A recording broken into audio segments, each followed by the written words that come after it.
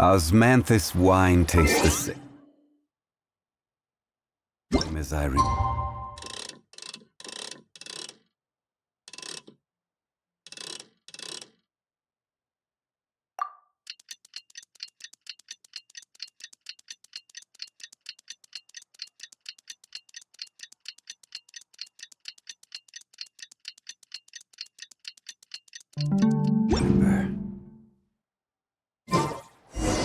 But where are those who Paimon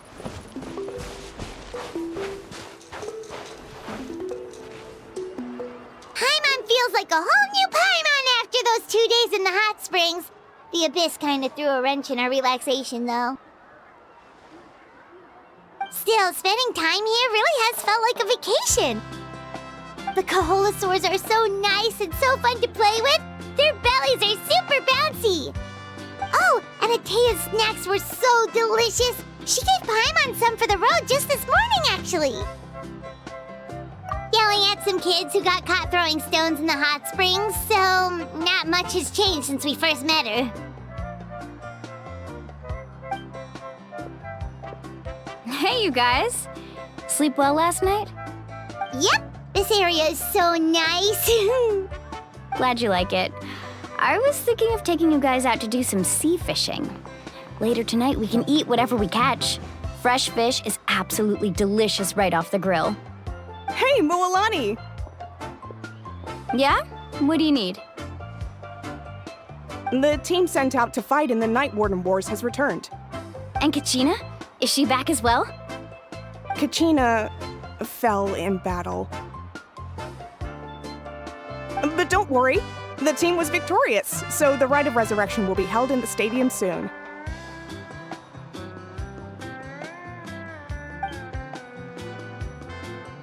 That's a relief. The Abyss is cunning, and it was her first time. Mistakes are bound to happen. Exactly. She deserves to hold her head up high. All right, thanks for letting me know. We'll head out in a bit. Jeez, she sounded a little anxious there. Had me thinking it was bad news for a moment. Moalani, you said the Abyss was cunning just now, but it seems like the Abyss just wants to destroy everything. Like, think about all those monsters that attacked your tribe.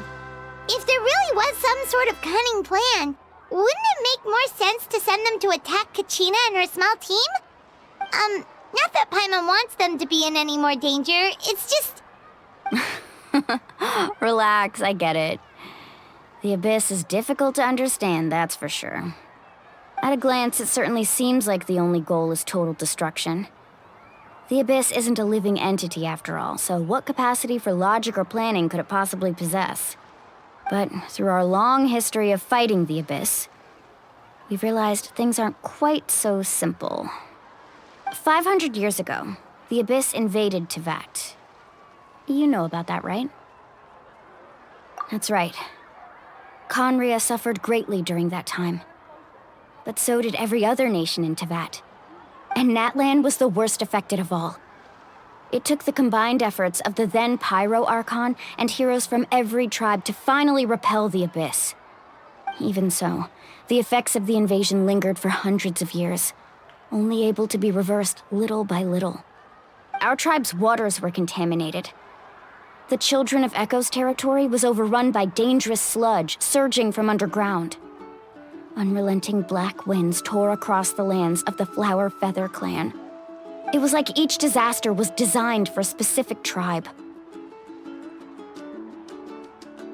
Exactly. We once thought that the Abyss's desire for destruction was a sort of primal instinct, but its methods are, in truth, marked by intelligence. We now believe the Abyss has invaded the Night Kingdom, and has the capacity to read the memories of this land at any given moment. And that's how it became so dangerous and cunning, almost like it knows you inside and out. Yes, and that's why we've been unable to fully eradicate it, even after all this time. Luckily, the problems left behind by the Abyss have been successfully addressed by the various Pyro Archons we've had over the years. Now every tribe is prospering and things are looking up. I mean, just look at what we managed to do a few days ago. We totally fought them off.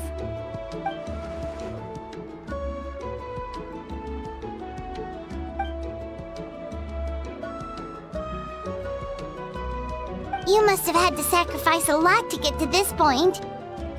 Every battle, every sacrifice is in pursuit of a future where we get to stop fighting. Responsibility, duty, unavoidable burden. Everyone in Natlan views the war differently. But I believe we will be rid of the Abyss one day. And the efforts of all who fought against them will become a story for the ages. To think that my name could survive in ballads passed down to future generations, it's kind of romantic. Everyone has something that drives them forward, you know?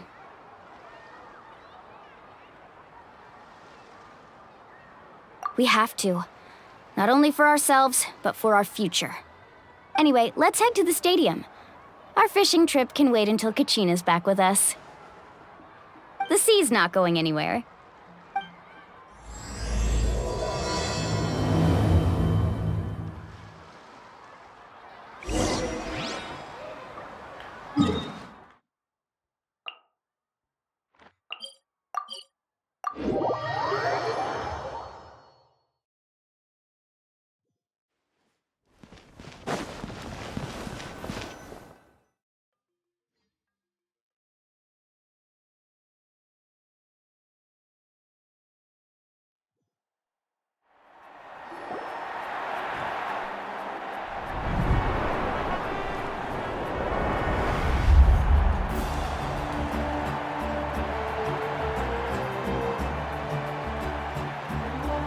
Whoa, this place is packed already! Of course. No one's gonna miss out on the chance to welcome our heroes back from battle. It's their moment of glory. Kachina's gonna be so flustered. She's never had this many eyes on her before.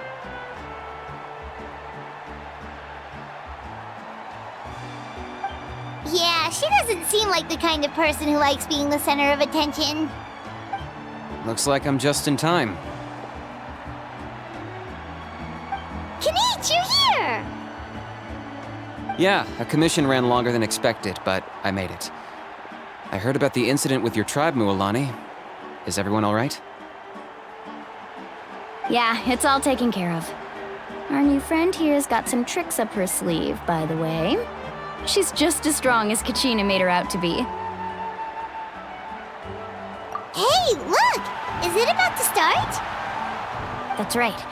Someone will come out and recite a eulogy, and then we'll sing the Ode of Resurrection together. Come on, let's find a spot with a good view. When the singing starts, just follow my lead and you'll be fine. Let's go somewhere higher up so Kachina can spot us.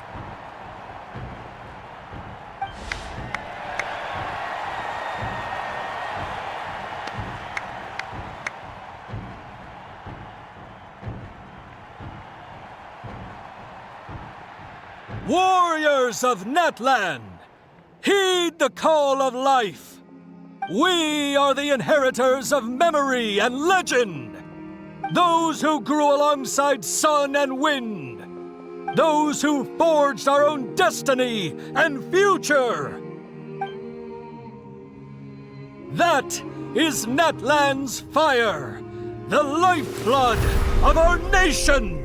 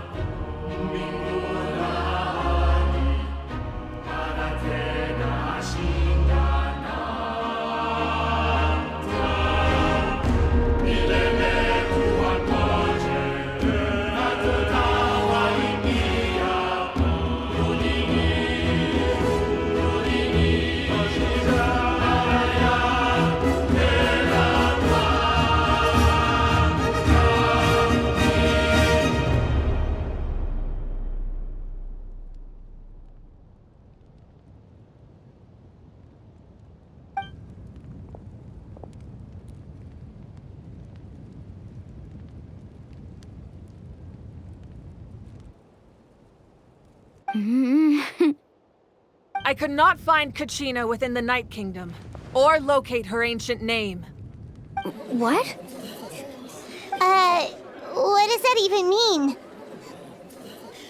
Usually once the ode is complete, the Pyro Archon and resurrected person will emerge from the flames. But something went wrong. What's going on? This has never happened before. Well, I think it's pretty obvious. Clearly, the team sent to fight the Abyss didn't win after all. Think about it. The Ode rekindles all victors. We've witnessed it countless times. Since the Archon couldn't find Kachina in the Night Kingdom, that must mean there's more to this victory than meets the eye. Hey! You just haven't gotten over the fact that Kachina beat you in the pilgrimage! Pathetic. The both of you. Your wild guesses are misplaced. We completed our mission. Maybe you did, but who's to say whether that little girl even contributed at all? Maybe she got scared and ran off. Why would the YUB recognize someone like her, even if she was on the winning team? How dare you insult a hero of Natlan like that? Kachina sacrificed herself to repel the Abyss. She doesn't deserve to be subjected to your vile rumors when she's not even here to defend herself. Calm down, Mualani. There's no point arguing with the likes of them. I can't just sit here and let them slander her like that. To insult a hero of Natlan, the person actually has to be a hero. You... Think about it, everyone. Who do you think is really at fault here? A girl who never should have even gone to war? Or the great Pyro Archon? Why would the rules of our nation suddenly stop working? That's true. If she wasn't revived, it must mean she failed to achieve victory. Maybe the YUB interpret victory in different ways? I mean, that girl didn't look all that strong to me.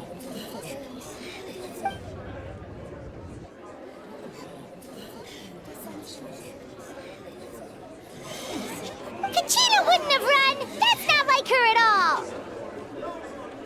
No, she's been waiting for this moment for too long.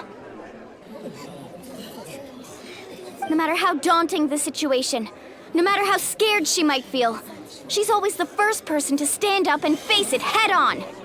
We don't even know what happened, so don't you dare try to use this as an excuse to vent your anger or slander her reputation. Fine. We'll find out what happens soon enough. Then, we'll see who truly deserves glory. That's enough. There is no doubt about today's victory, or Kachina's part in it. She is a hero worthy of our admiration and celebration. However, the failure of today's ceremony is undeniable. Kachina has not been rekindled, and I offer you all my deepest apologies as I continue to investigate this matter. To prevent further casualties, I have decided to suspend the pilgrimage until this matter is resolved. What? No one is all-knowing. No one is infallible, not even myself. But doubt is a means by which we seek the truth, not a weapon we wield against others. I didn't mean it that way, Archon. I just... If there are things you wish to clarify, then ask me directly. Doubt my answer if you wish, but now's your chance. You have concerns? State them. No, of course not. Even though I have said nothing to change your mind, then it would seem the truth never mattered to you at all. That guy doesn't even have the courage to answer the Pyro Archon's question. So much for all that glory talk earlier. I have a question, Archon. My friend Kachina. Do you have any idea where she is? It's extremely important to me. I know you said you were investigating the situation, but I'm sorry, that's not enough. I've already shared everything I know. If you want to learn the truth and rescue your friend sooner, you should join the investigation. So, what do you say? Of course I'll join. In that case, come see me in the speaker's chamber. We should join them. Oh, and if it's not too much trouble, could you drop by as well, Traveler? I'd like to have a chat. Rest assured, everyone, I'll keep the tribal chiefs informed on the progress of the investigation. Once again, I apologize for the outcome of this ceremony. If there are no further questions, let's part for now. Did she just ask us to come along? I believe she did. Let's go. I'd like to know what's going on myself.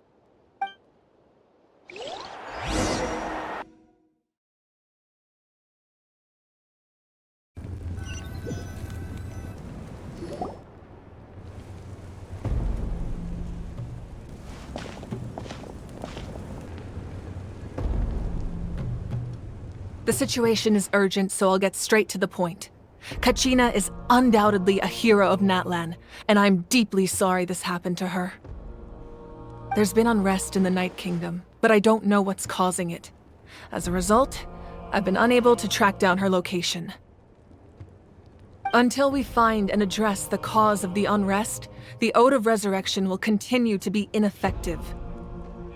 And that means Kachina won't be able to come back? That's correct. Not until the problem with the Night Kingdom is resolved. How long will that take? It's hard to say. Kachina always dreamed of fighting the Abyss, of doing her part to defend Natlan. She wasn't afraid of death because she knew, if it came down to it, the Pyro Archon would be there to bring her back to life. Whenever we sat down together, exhausted from training, she would always hum the Ode of Resurrection. She was supposed to come back to us. We were supposed to hug her and celebrate with her and share her joy. We supported her every step of the way, but what are we supposed to do now? Sit peacefully and wait for her return? Lose ourselves in grief over her death? Tell me, are we her friends? Or her murderers? That's not fair, Mualani. It's all right. I understand your rage and your grief. Kachina's life means a great deal to me, Mualani. Believe me, I want to bring her back as soon as possible. I would give you that peace of mind if I could. But please, hear what I have to say so I can at least give you a broader picture of the issue we are now facing. Considering the recent attack on your tribe, I believe the Abyss has found a new means of undermining the rules of our nation. You mean... The Sacred Flame. The foundation of our resistance against the Abyss. If we continue to hold the pilgrimage and send teams to fight the Abyss, there will likely be more casualties. But if we stop altogether, the Sacred Flame will only grow weaker. The Abyss will scale up their attacks, and the tragedy we saw with the people of the Springs will only be the first of many. If we compare the two choices, the former seems to be the lesser of two evils. Sorry, I know that may sound harsh, but I bear the name Malipo. Weighing the costs is my duty. The raw truth can be cruel. But we need to understand it if we want to approach this rationally. But what would you say, Mualani? This is personal for you, and unlike Kanich, I dare say it's not a simple case of weighing up which course of action is less painful, is it? No. I can't choose between them, and I don't want to. Saying that one is preferable over the other is disrespectful to the people who suffered. You're saying it doesn't matter whether I suspend the pilgrimage. The consequences will be equally painful. Yes. What happened to Kachina breaks my heart. But I couldn't bring myself to sacrifice other people for her sake. And that is the crux of the problem. It's not simply a matter of choosing the lesser of two evils. Either way, there will be people who suffer. And the end result will be the same. Belief in the pilgrimage will waver. Once doubt has crept in, the people will no longer unite in battle against the Abyss. And that is exactly what the Abyss wants. Their ultimate goal isn't to break the rules that make the Ode of Resurrection work. is to destroy the people's faith in them. To prevent what happened to Kachina from happening to anyone else, we need to suspend the pilgrimage. So that is my current plan. And in the meantime, I've made efforts to strengthen each tribe's defenses. Then, we have to find another way of strengthening the sacred flame to keep the Abyss at bay. This won't be easy. I'll need time to figure out the best approach. I understand your anger, Mualani, but I hope that provided some clarity at least. Wow. Hyman thought things were gonna get heated for a second, but the Pyro Archon took the time to explain everything so patiently. I owe you an apology, Archon. I let myself get carried away earlier, and I'm sorry. You're right. We need to focus on finding solutions. We could always hold the pilgrimage without sending a team to fight in the Night Warden Wars. That way, we would still be able to fuel the sacred flame. I've considered that, but the two events have nearly always been linked. Without the chance to fight the Abyss, pilgrimage rankings lose their prestige, and competitor numbers will drop. With fewer participants, the amount of contending fire produced will decrease, and the vicious cycle will continue indefinitely. So, essentially, the Abyss has taken Kachina hostage. You've learned about the concept of ley lines during your travels, yes? The Night Kingdom is something similar. Staying there for a short period of time shouldn't have an effect on the person. But with the Abyss in the picture, it's a different story. Your sense of self will be devoured until eventually you become one with the sea of souls. Imagine pouring a cup of water into a rushing river. You can try to scoop up another cup, but there's no chance it will be the same water you had before. I won't sugarcoat it. That is the danger Kachina is currently facing. Just like you said, Archon. Both of these problems need to be addressed. You can focus all your efforts on dealing with the sacred flame. I will go search for Kachina. The Abyss poses the same threat to you as it does to her. It is very possible you will not return. Knowing that, do you still choose to go? Kachina's waiting for us to rescue her.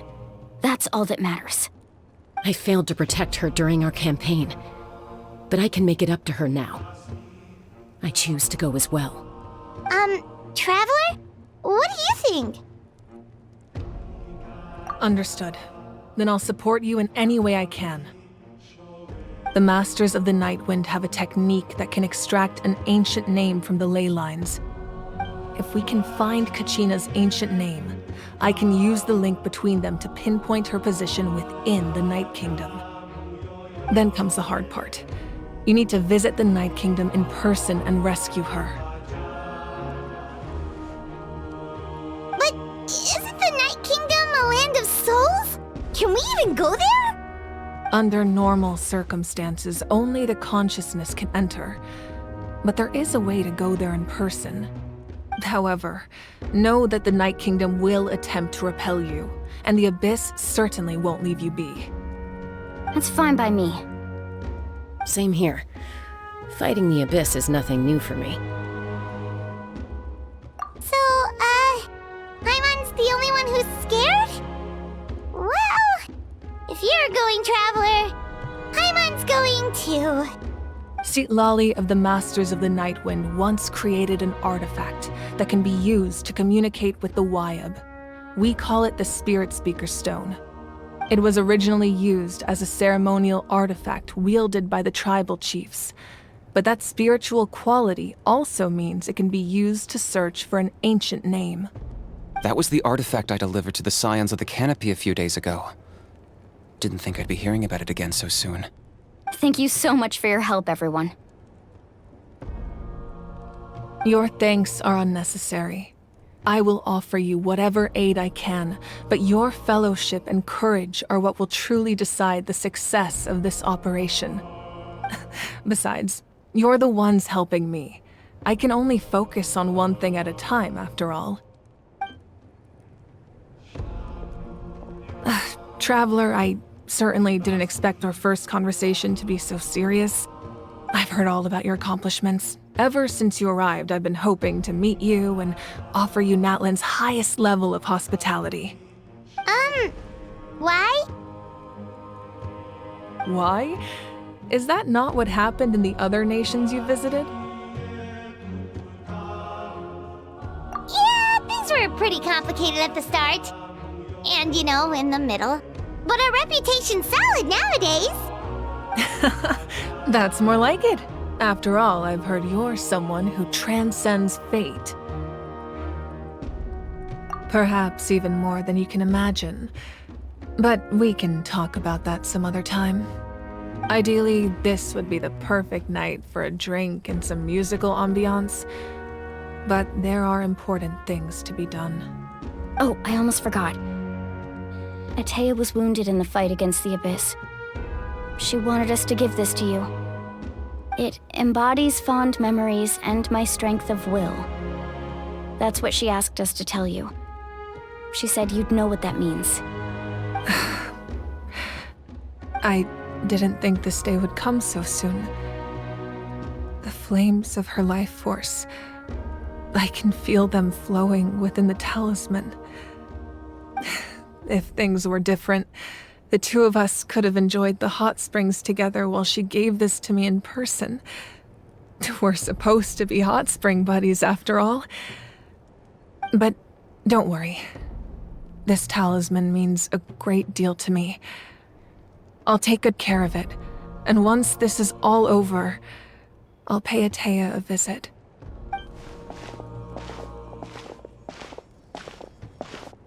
You said you didn't want to jeopardize the production of Contending Fire. But that's not at all why you decided to suspend the pilgrimage, is it?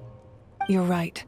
Even now, the production of Contending Fire is far from sufficient. The gradual corrosion caused by the Abyss has resulted in a massive shortage of pyro energy, and we're currently at the breaking point. As things stand, the pilgrimage is a lost cause. Suspending it allows us to save our strength to defend the tribes. The Abyss has brought catastrophe to Natlan, and Kachina's disappearance in the Night Kingdom is a direct consequence of that. We can't let the general public know that. No. If the public learned that Natlan's destruction was close at hand, there would be immense panic. But if I said nothing at all, they would have continued to question the integrity of Natlan's heroes. Another simple choice. The latter was clearly the better solution. But you chose otherwise. I have never subscribed to the belief that the right choice is the one with the fewest sacrifices. Let's go. There's still a way for the sacred flame to last a little longer. You mean? Yes. Come with me.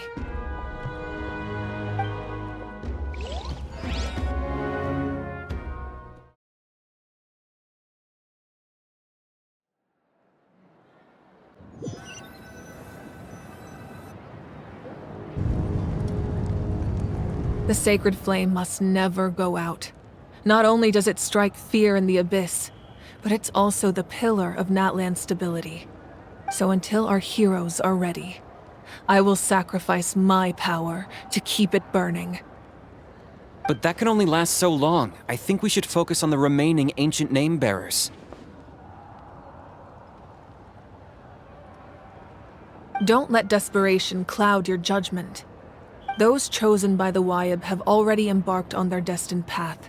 It is for them to decide how that journey ends, not us. All we can do is support them. Even so, for you to make this sacrifice, it's not right. If not me, then who? No other is capable of sustaining the sacred flame. I possess great strength, but I'm not above my people. This is part of my duty.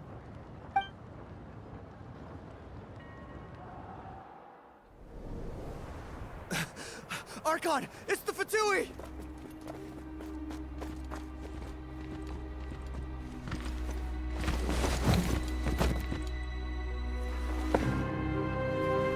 The Archon of Natlan.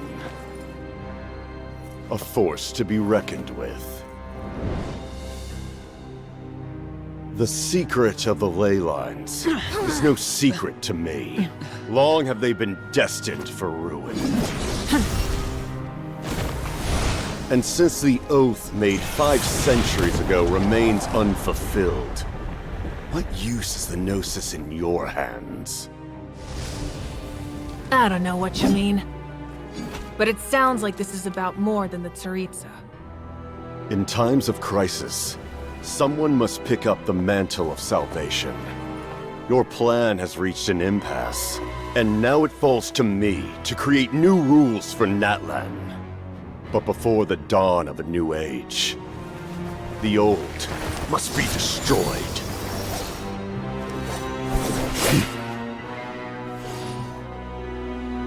I assume that's the end of your speech? Good.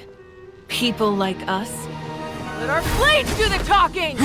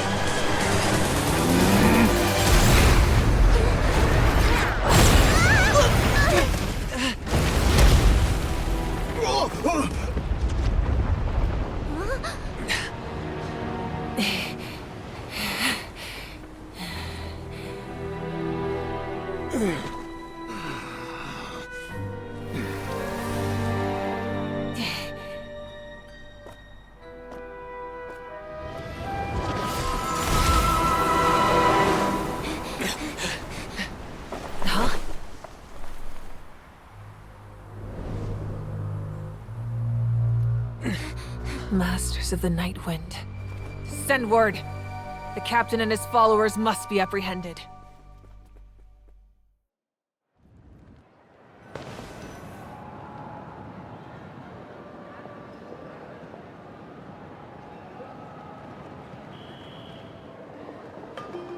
Are you alright, Archon?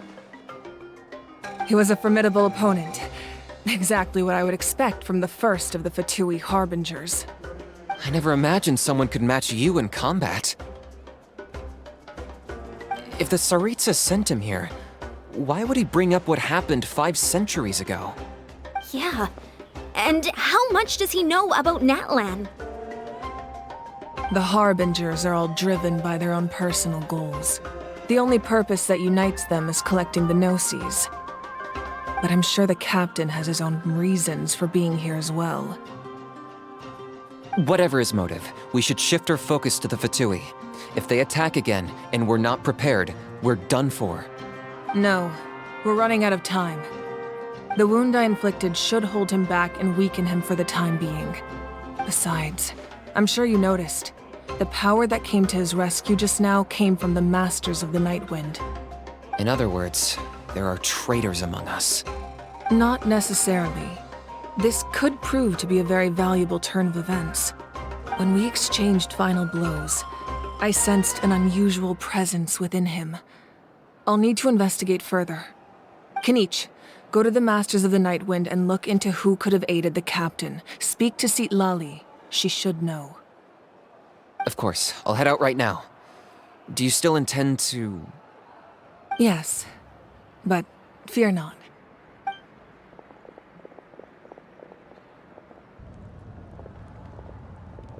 Natlan's strength has never rested solely in its Archon.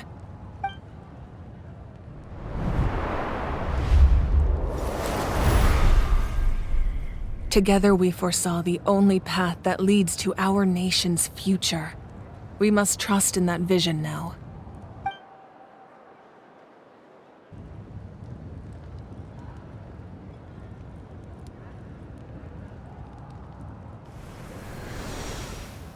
Is everything okay, Archon?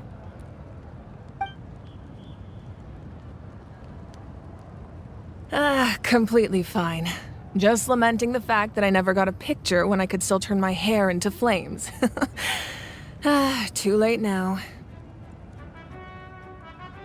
I just hope the others have a safe journey.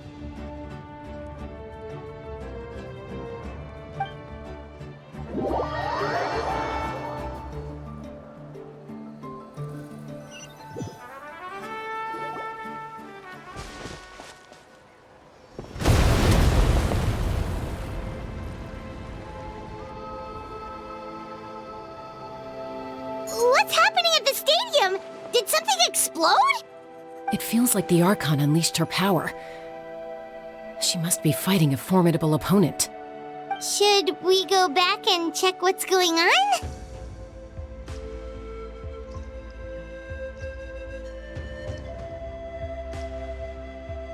Have faith in the Archon.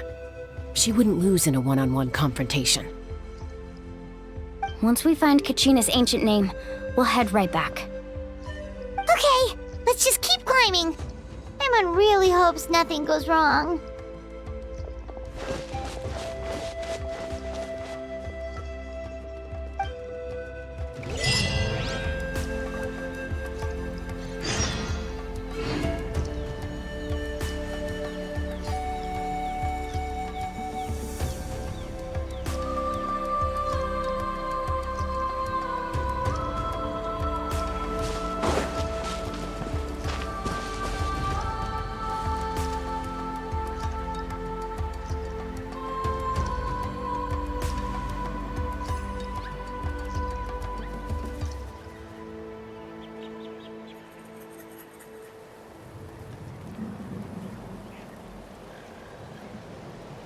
Where do you want to go next? If you'd like to see Liyue's tourist spots, I have a few references.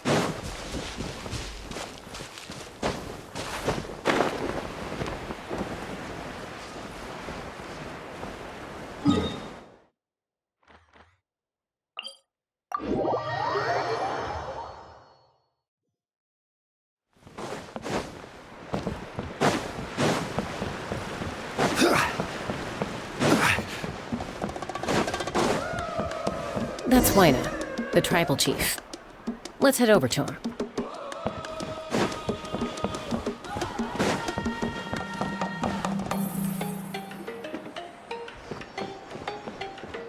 Chaska. Nice to see you again, Waina. I'm afraid we don't have time for pleasantries, so I'll get right to it. We're here for the Spirit Speaker Stone. Whoa, hold on a second. At least tell me why you need it first. My friend Kachina is trapped within the Night Kingdom. We need the stone to find her ancient name and rescue her. Rescue her? From the Night Kingdom? That's right. I'm sorry, but someone needs to tell you what you don't want to hear. Going there, a mature warrior would never make such a foolish decision.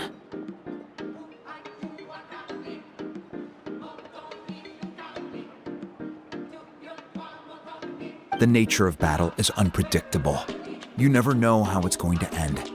Losing a friend is tragic, but when that happens, the best thing you can do is focus on how to prevent further casualties. I appreciate what you're trying to say, Chief Waina. But if the price of maturity is abandoning a friend in need, I'll choose foolishness any day. If Kachina's still holding on, then so will I. I thought you might say that. Is something wrong, Lena? This doesn't seem like you. Life isn't complete without taking risks. That's always been your mantra. It's nothing. The Night Kingdom is a dangerous place. Can't blame me for checking if you were up to the task. If you're that determined, far be it from me to stop you. Here's the stone. Keep it safe, okay? It's not like we have a spare. Thank you. Huh. Seems like you two go way back. But aren't you from the Flower Feather Clan, Chaska? Oh, Chaska's a peacekeeper, so she's famous throughout the tribes. She's always the one people call to resolve conflicts, so we slowly got to know each other that way. Her younger sister Quichi's always hanging around our tribe, too. She's helped us out a lot in the past. Oh, you have a younger sister? Yes, I'll introduce you to her sometime. But let's get back to business. Waina, how do we use the stone? As you probably know, your intended destination is completely different from the real world. The Night Kingdom is like a river flowing with concepts, and the ancient name you seek is like a tiny fish swimming downstream. In that sense, the stone is like a fishing boat drifting down the river, but the boat alone isn't enough. You need a fisherman experienced enough to steer it in the right direction. We couldn't do that ourselves? With a little practice, I'm sure you could. You have the strength and the talent. If you want to make sure this works, though, I could recommend someone to you. Who? Vichama, a legendary warrior and scout from our tribe. He's got a keen eye and a well-honed intuition. Even his ancient name means to seek. If you're fishing for a name, you're gonna want him on the boat. Vichama? Why does that name sound familiar? He's one of Auntie Atea's hot spring buddies. I've heard stories about him. Where can we find him? Ever since Malco passed, he spends most of his time gazing out at the scenery from the cliff tops. Follow the path that way, and I'm sure you'll find him. Thank you. We'll go look for him there. Good luck. I hope everything goes well.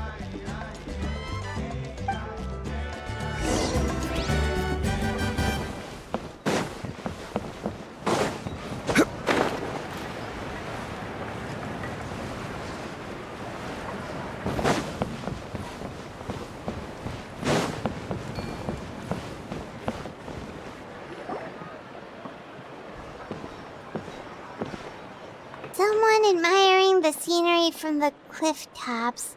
Ah! That must be him! Hello there, are you Vichama? That's me. Did you need something?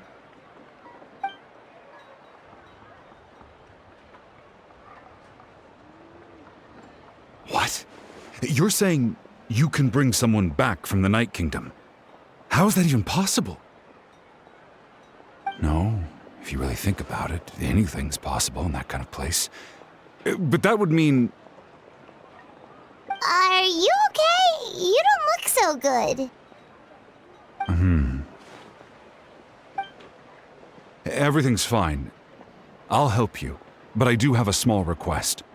After I help you find Kachina's ancient name, I want to use the stone to look for my friends as well. Your friend? Oh, why not mention someone named Malco? Is that who you're talking about? Yes, but I'd rather not get into it if it's all the same to you. That's not a problem. We agree to your request. Yeah. Since you're helping us find Kachina's ancient name, it's only right that we return the favor. Then we're agreed. Can I have a look at the stone?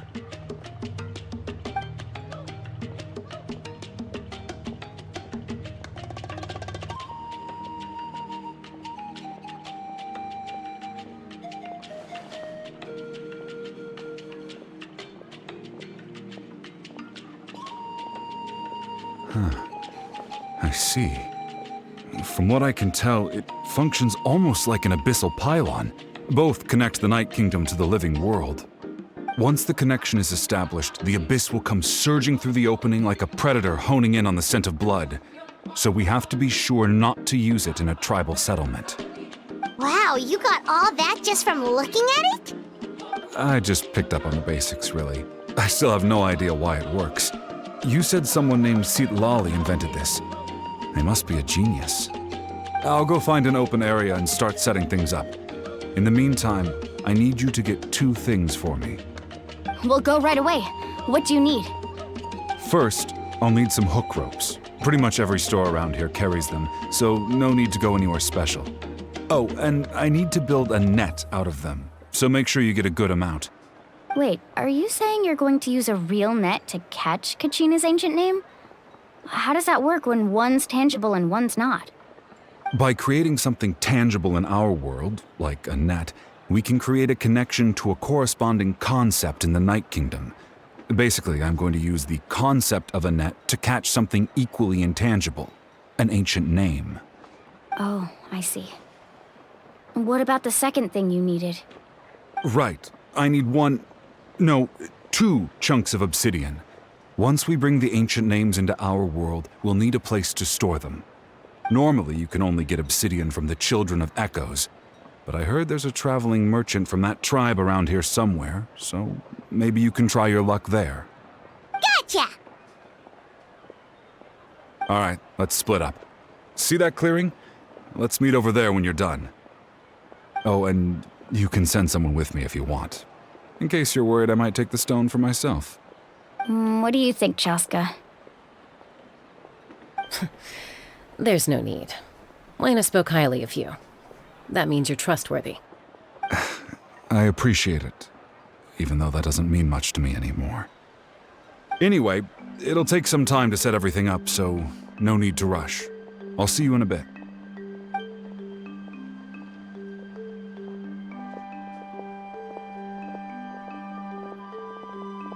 What an odd guy. He seemed so defeated, but also really invested in the stone at the same time. I don't have any more insight than you, Paimon. Let's just focus on the preparations for now. Hang on, Kachina. We're coming for you.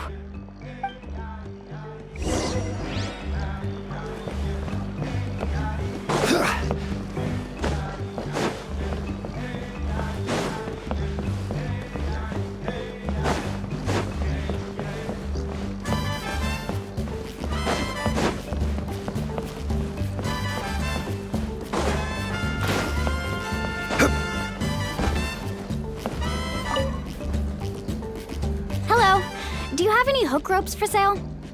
Hook ropes? As in rock climbing equipment? Yes. How much for your whole stock? Oh, the whole thing? Let me see. That would be 30,000 more in total. Deal? Deal. Wait, really? What, you want me to drive down the price? We just need these as fast as possible. Thanks. Oh, no problem at all.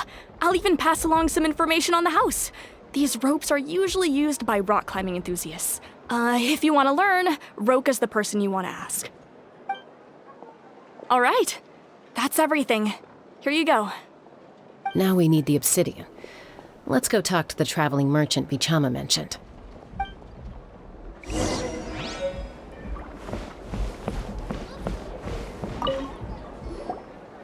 Excuse me, do you sell obsidian?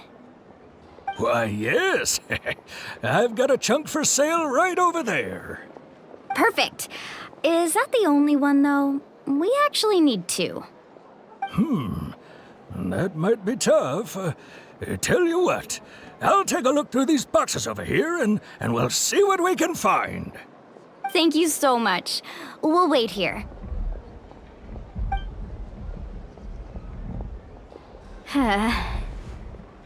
Relax. Everything's going according to plan. I know, it's just... I could tell Vichama feels the same way about his friend that I do about Kachina. I hope this chunk of obsidian isn't the only one. Kachina always carries all sorts of shiny stones with her. If I was the one trapped in the Night Kingdom, she'd have a whole pile of obsidian ready in a heartbeat. Well, would you look at that? I did bring an extra. Here you go, young lady. How does it look? Perfect! Thank you. How much do I owe you? If you hadn't shown up, these stones would have just sat here collecting dust. I'll take 3,000 mora for both. Here you go. By the way, I heard you mention Vichama just now. You running an errand for him, then? How's he doing? Malco's been gone for 5 years now. It's about time he started to move forward. Do you know what happened between them? I heard about it in passing while I was out drinking one night, but I don't know all the details. Vichama and Malco grew up together, and even made a name for themselves together.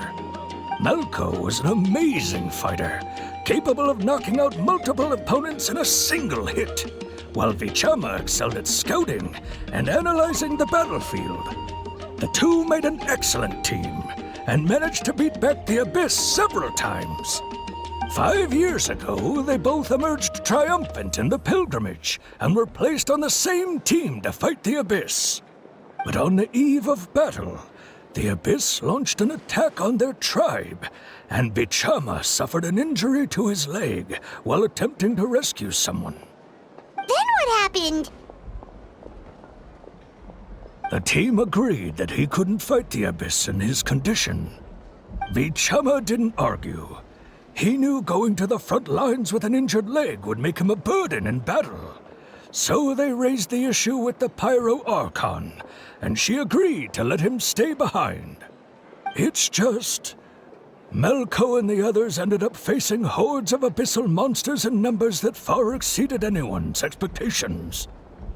The team made an error in judgment, and they fell to the onslaught. Vichama went into a deep depression after that. He blames himself for everything. Oh, you're not wrong. But it's possible he chooses to blame himself. Not because he did something wrong, but because he wasn't able to do anything at all. I've tried convincing him to move forward, to stop dwelling on the past. But the shadow of Malco's death hangs over him still. The Abyss has caused so much suffering, and some wounds never heal. I wish there was something he could do to make himself feel better, but... anyway, that's the gist of it. Maybe you could help him talk things through sometime. I would really appreciate it.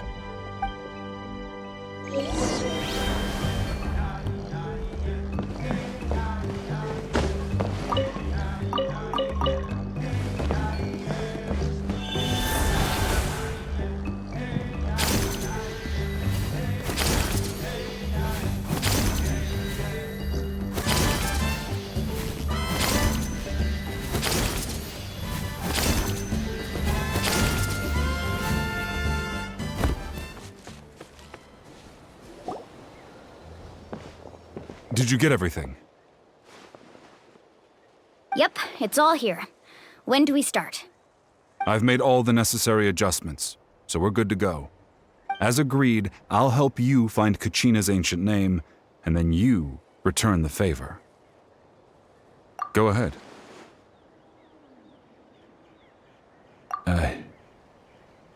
Yes.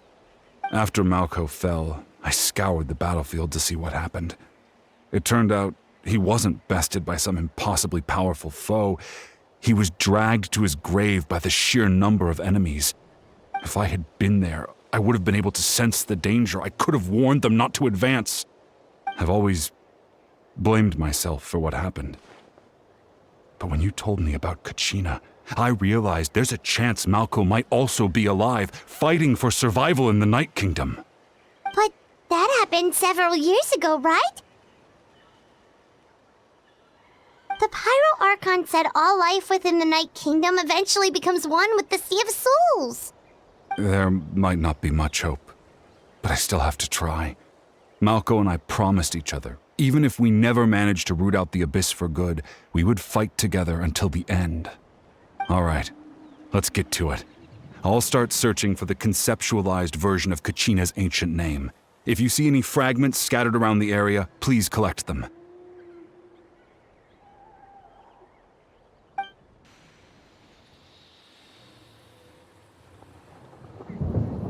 Make sure you prepare yourselves for battle. As I said, the stone will link the mortal realm to the Night Kingdom. The Abyss will likely emerge in response. Look at that golden thing. It must be one of those fragments Vichama mentioned. Let's get closer.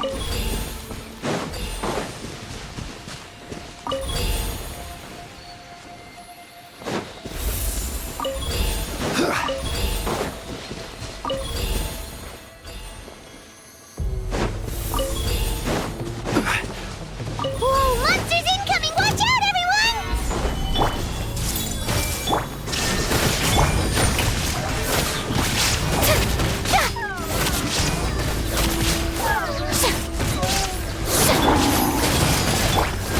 Shine down!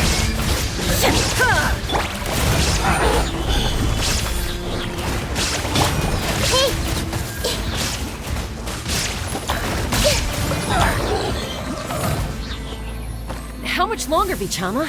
Not long! We're getting close!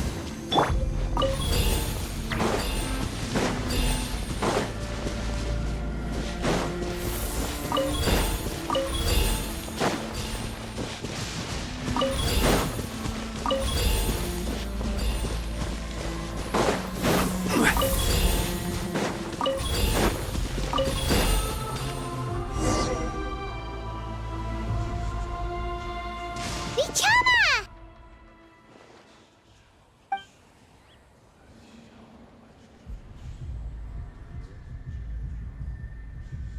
Quick! Take it!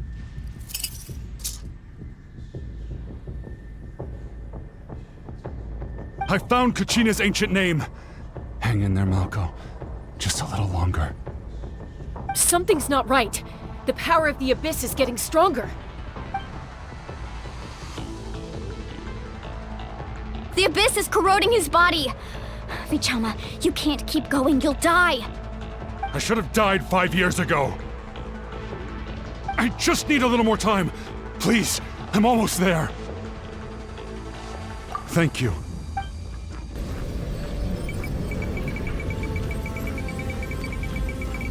Whoa, watch out! The power of the Abyss is strong.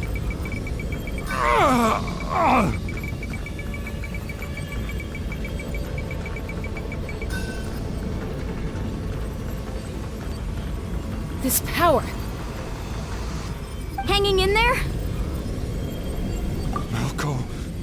No! Why can't I find him? Why? We can't wait any longer. Pull him away from the stone, Mualani.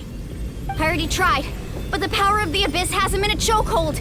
It's like he's tied to the stone with an invisible rope. In that case, we have no choice. I'm sorry, Sea Wally. Get back! Chaska, wait!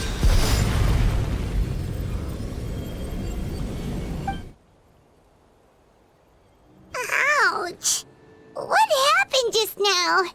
It looked like the Spirit Speaker's stone was... The stone's power was spiraling out of control. The only way to stop it was to destroy it. You were all caught in the shockwave of the explosion. You might feel dizzy for a while, but that's normal. Give us a heads up next time, will you? You're lucky we managed to dodge it in time. I thought I said to get back. Yeah, barely a second before you made it go poof.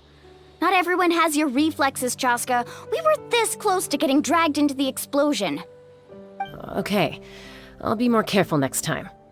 At least Kachina's ancient name is still in one piece. Wait, where's Vichama? Vichama! Vichama! I couldn't find Malco's ancient name. It must be completely gone by now. Once your ancient name disappears, there's no coming back. From the very beginning, I knew there was a slim chance, but still. And now, it's too late to save him. From the minute he left that day, it was already too late. Vichama. I'm sure he's heard enough condolences over the years. Let's just give him some space. Huh? What's that in your hands, Vichama? It looks like something's glowing! This is...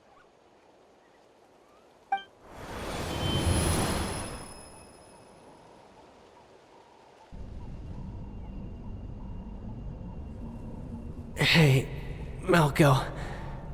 Got any strength left? Not enough to swing a sword, but to say a few last words? Sure. Too bad. No one will get to hear them. I never thought I'd actually die on this mission. Not that I'm afraid to die. It's just... hard. Thinking about my mom's face when she hears the news. Guess I have something to be thankful for then.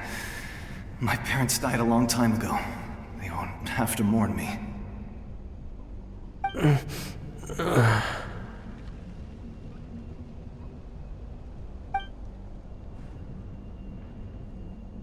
Pisak! Always had to beat me at everything, didn't you? Right to the end, you were never one for goodbyes. Maybe you're right. Maybe no one will get to hear our last words. But just in case... Vichama, I'm so glad you didn't come with us. Don't be sad. Just keep on living. For the both of us.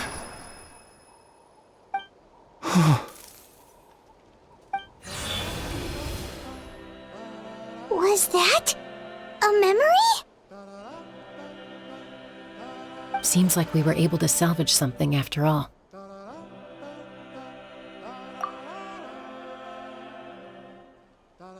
Of course.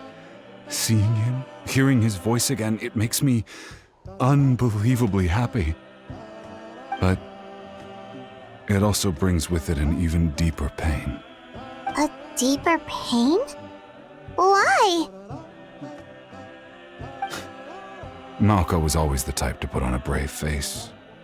But in that memory just now, his hands were shaking, and his smile was forced.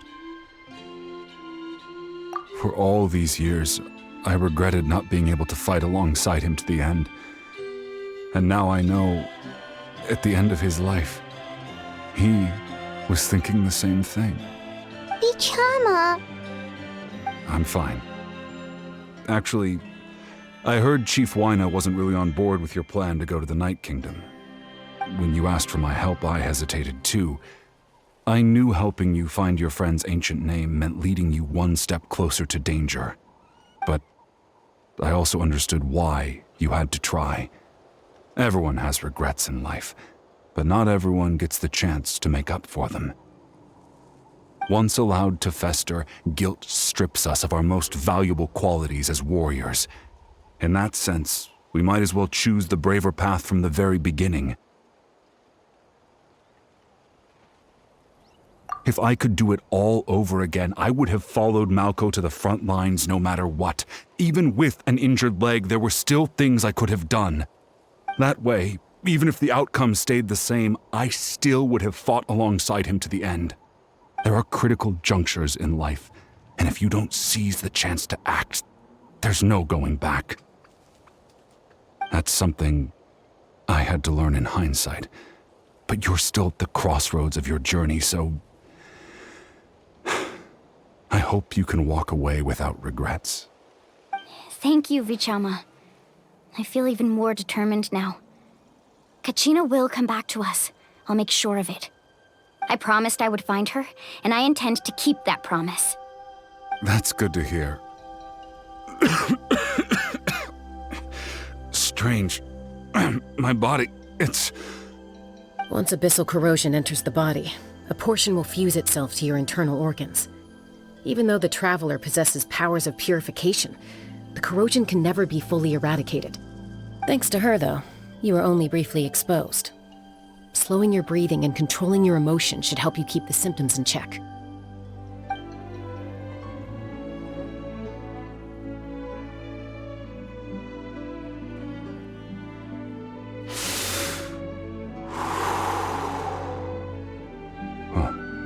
That does make me feel better. You seem very knowledgeable about all this. Just speaking from experience, that's all. Anyway, we've recovered Kachina's ancient name, so we're off to a great start. Let's get Vichama back to his tribe and tell Wyneth the good news. And apologize for destroying the Spirit Speaker Stone. We had no choice, though, so he'll probably understand. Right?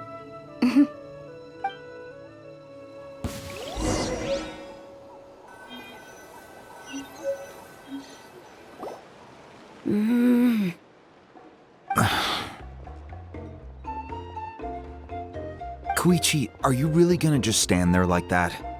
I don't know what you want from me. I think you know exactly what I'm trying to say, Uncle Wyna. I can hear it in your voice. Honestly, it's just one thing after another with you two. They're back. Koichi? What are you doing here? Don't play dumb with your own sister. You know exactly why I'm here. My apologies, everyone. I just need to borrow Chaska for a few minutes. You come with me.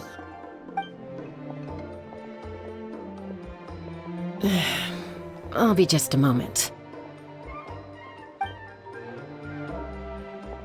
Who was that? Koichi, Chaska's younger sister. Although the two aren't actually related by blood, it's kind of a long story. It's not really my story to tell, but I guess it's not a secret. You see, Chaska was actually raised by cuckoo-sores. She was afflicted with a rare disease when she was a child, and abandoned in the wild as a result. The Abyss found her out there, all on her own, and tried to devour her. But in the end, all that did was trigger her will to live. That strength of will pushed her to survive. But it also planted a seed of conflict within her. Eventually, she was adopted by the cuckoo-sores. Wherever they went, she followed, getting into fights right and left. For some reason, Paimon can totally imagine that. Well, when Chaska finally returned to human society, it was Koichi's parents who adopted her. At the time, Chaska still had a habit of getting into fights, so Koichi was always taking her around, apologizing to everyone. Ah, I remember those days.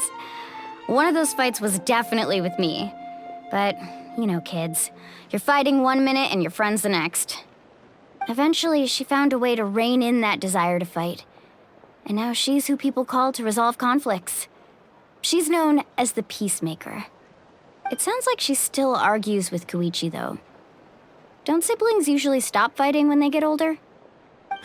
That's partly my fault.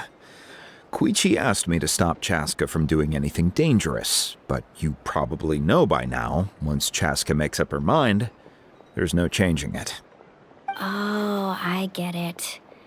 No wonder you tried to talk us out of going to the Night Kingdom. Chaska even said that wasn't like you. I'm all for your adventure. You need to take risks when you're young, because by the time you're my age, you couldn't attempt something like that even if you wanted to. Better try now than live with regrets later. That's what I say. Still, I can understand where Koichi's coming from.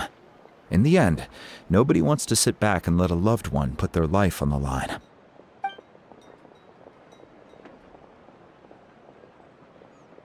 All right, it's just the two of us now. You have 1 minute to explain yourself. I don't have anything to say. You don't have to approve, but you should know I only do what's necessary. That attitude is exactly the problem. It's like you don't care. You try to sneak off to the Night Kingdom behind my back and then play it down as if it's just a trip abroad. Well, technically I am going abroad. right? Again with the excuses! We agreed, didn't we? There are 4 levels of danger. If it's not something urgent, you can only engage in level 2 danger and below. You can only go up to level 3 if a situation is so dire there's absolutely no alternative. But a trip to the Night Kingdom? If that's not a level 4, I don't know what is! And you were just going to sneak into the place without saying anything! What do you mean, sneak into the place? I always planned on walking in there with my head held high. You bought off Uncle Wina, didn't you? He promised me he'd stop you from doing anything dangerous. Oh, it's like he didn't even try. You feel like he went back on his word. What if I told you my mind was made up, and there was nothing he could have done? Not even by force. Oh, I knew it! So he did try to say something, but you didn't listen. This is important. If you were in my shoes, you'd make the same decision. You don't know that? I'm a doctor, and I handle logistics. If you're going to waltz into a dangerous situation where you could lose control at any moment, it's my duty to say something. All right, whatever. Anything else? What do you mean, anything else? Why don't you reflect on what you've done and promise me you'll stay put? Time out. Is this one of our normal arguments or a serious one? Chaska, does it sound like I'm joking? Then, you need to know something. What happened to Kachina was partially my fault. I can't leave her there to die. That's not who I am. But the person you become when you lose control, that's also not who you are. That's a different issue. You said it yourself. A person is only as good as their morals. If I want to live in Natlan, I need to display qualities that make me worthy of this nation. I've also told you that managing your condition is equally important. Sometimes you have to make sacrifices. All right, let's stop this here.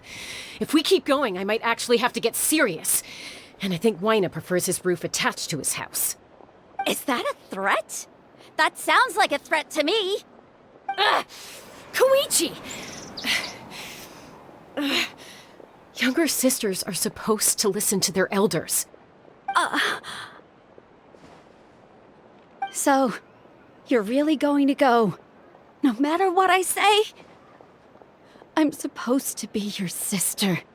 Then support me. I'll be back. All you have to do is wait. Chaska.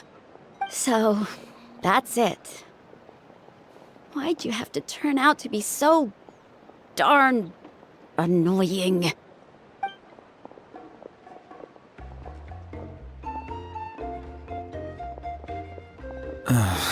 You two are something else. Something you wanted to say? I know you aren't related by blood, but you two sure are similar. Really? You know, I said that very thing to Koichi not too long ago, and she reacted the exact same way, down to the very tone of voice. It's not my place to get involved, but I will say this. Try to spend a little more time with your sister. You're tough kids. That doesn't mean you have to go it alone.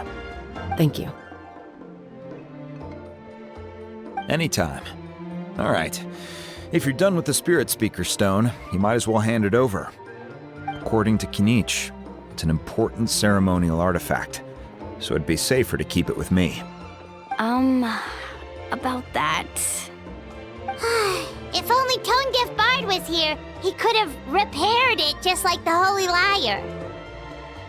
It might be in a few more pieces than you remember.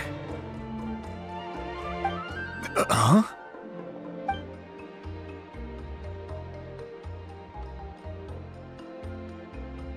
I see. Sounds like it was an urgent situation.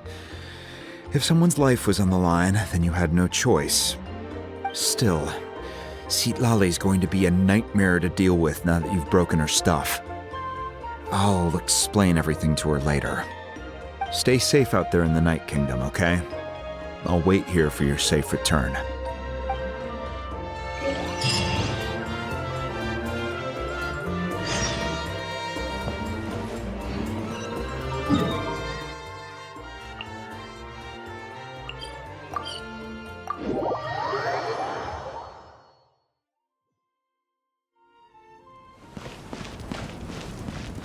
We're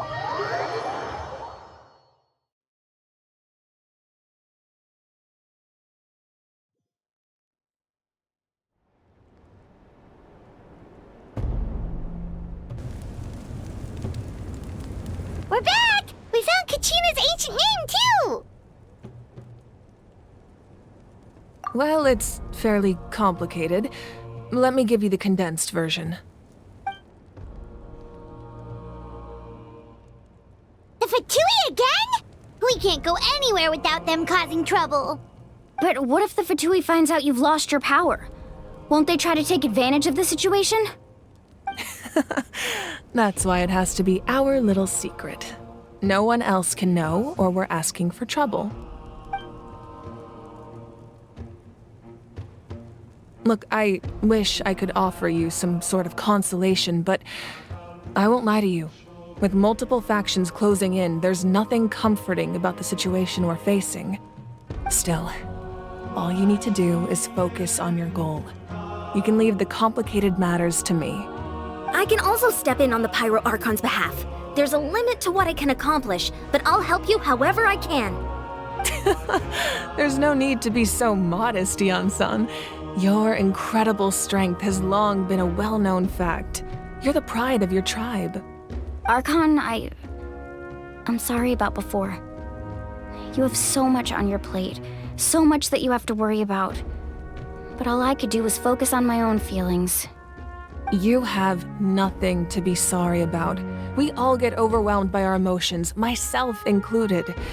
Your reaction to Kachina's disappearance, I understand that feeling very well. Well, now that we have Kachina's ancient name, let's go track her down. Follow me.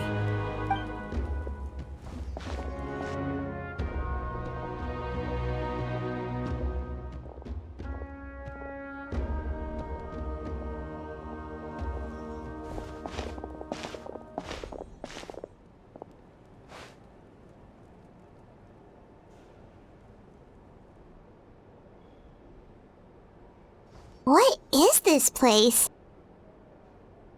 Hey, isn't that Atea's talisman? Good eye. This is where I store all the various mementos I've collected.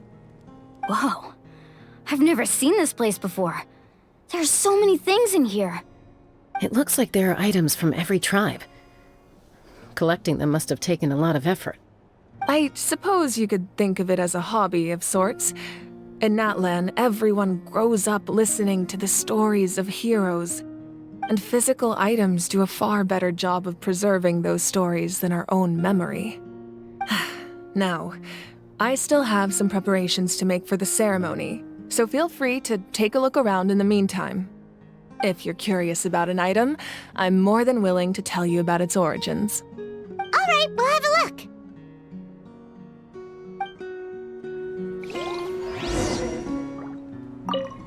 This flower looks like it's thriving. You must be good at taking care of plants, Archon. This fishing basket looks familiar.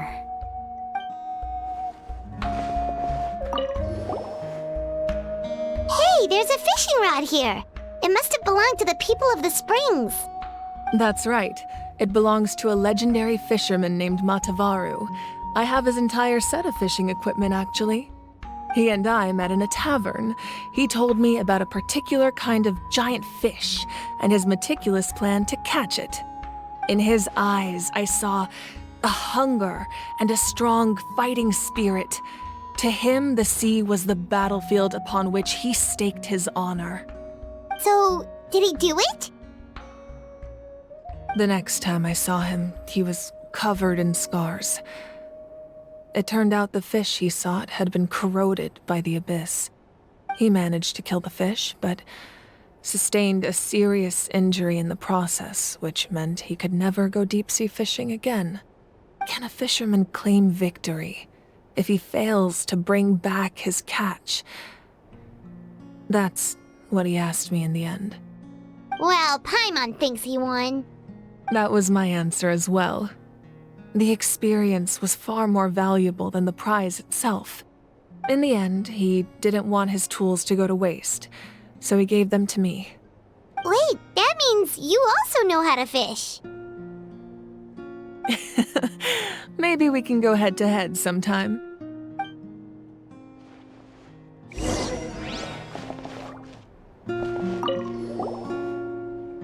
This is Atea's talisman. I'm sure you're familiar with this one already. Atea was rarely ever without it. The talisman brought her a lot of luck in battle.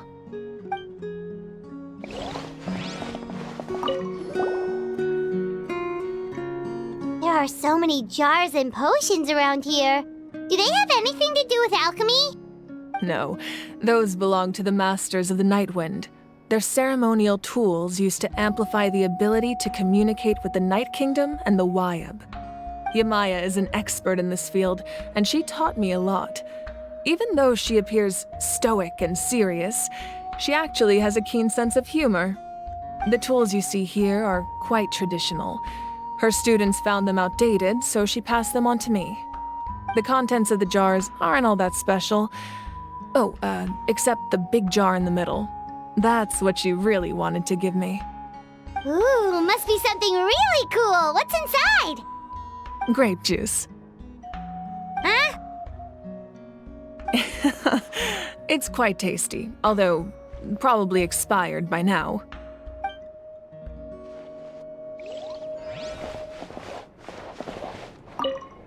Make sure to handle everything with care. This cup, for example, it's heavier than it looks.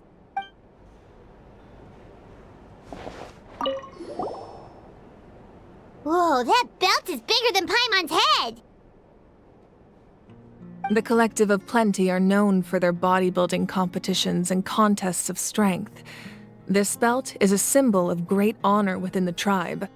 The association with strength might also have been the reason the original belt was extremely heavy. It was difficult for even 2 people to lift. And even if a warrior had the strength to put it on, wearing it for any length of time would still leave them gasping for breath. Sounds like it. So the owner of the original belt, Kitera, commissioned a craftsman to make a copy identical in appearance but far lighter in weight. That is the belt you see before you. He would often wear this version when training in order to protect his waist. Or he made a lighter version so he could wear it all the time and show it off.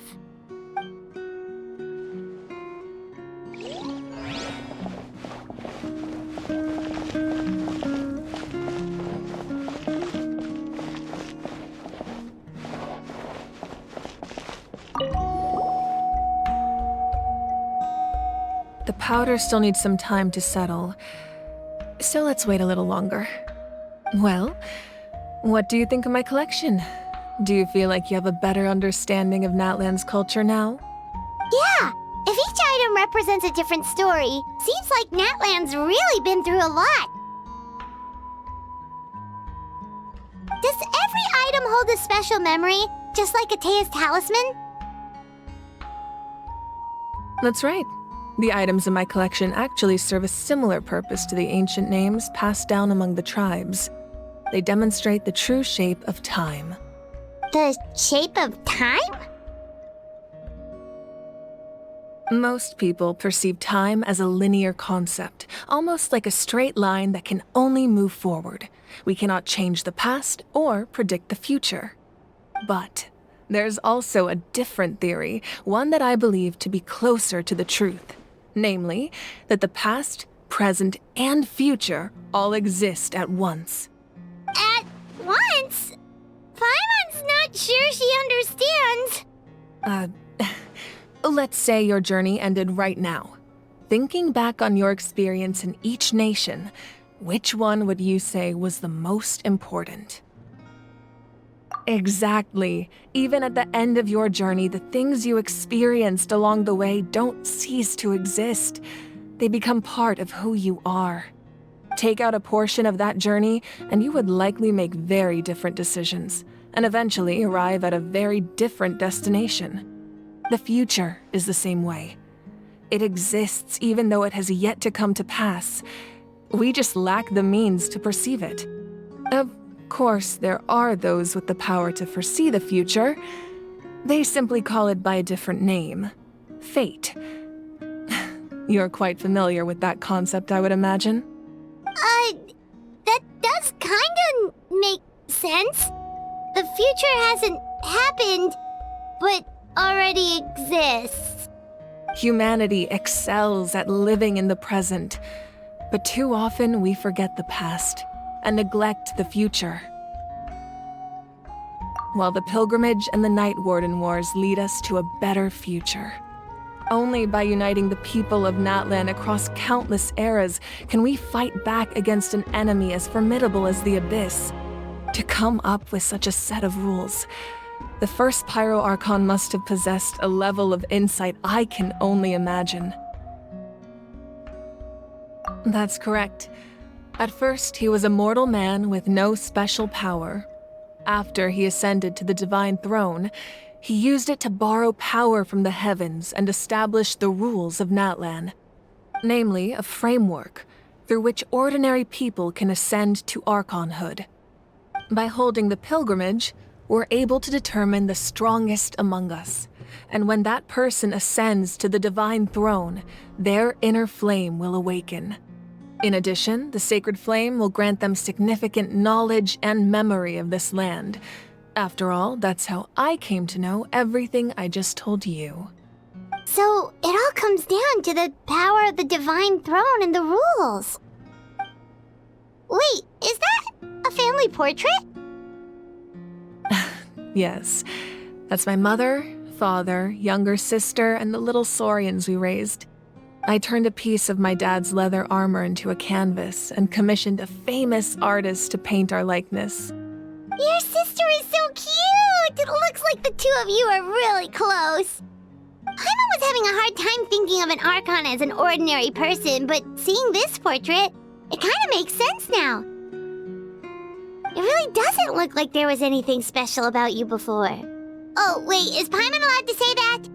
A little late for that question, don't you think? Sorry! Paimon's so sorry! Paimon's mouth works faster than her brain sometimes! It's all right. I'd never get upset over something like that. No matter what others may say, my past is a precious part of my identity. I'm forever proud of the life I used to lead. Becoming the Archon doesn't mean you sever ties with your family. The position just comes with a lot of responsibilities, so it impacts how often you get to see them. My father made the most delicious stew, so my sister would often bring me a large pot of his cooking, and we would sit on a blanket and eat it together. One time, we didn't close the door securely, and the saurians we were raising ran into the room and knocked over the entire pot. My sister immediately burst into tears. The two troublemakers were going for the meat, but when they saw my sister's distress, they froze on the spot. I still remember the way they laid there, sulking like a pair of children, even after making such a mess. It was frustrating, but in the end, all I could do was comfort my sister and move on. Wow. Isn't that what being a family is all about? I think about that story a lot, actually. As the Archon, I made a vow to defend this nation, and experiences like that, they remind me exactly what I'm trying to protect. Well, what happened after that? This portrait looks pretty old. Your sister must be all grown up by now, right? I believe she ended up working as an architect and artist. She built many houses and crafted many beautiful works of art. Anyway, that's enough about me. Now that the powder is settled, we can begin. Ian-san, Mulani, Chaska, over here, please. Place the ancient name up there, and then we'll begin.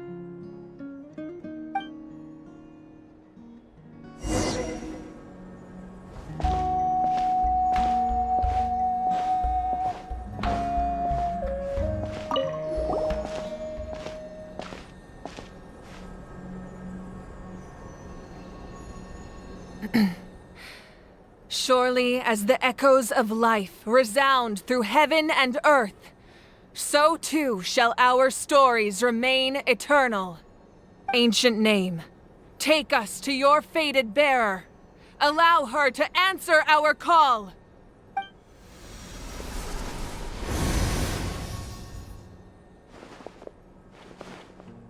Am I hallucinating again? Kachina! Are you okay? Huh? I'm not seeing things, am I? Is the Abyss playing tricks on me again? It's okay, Kachina. It's just us. We're trying to find a way to bring you back. Everyone, you have to listen to me.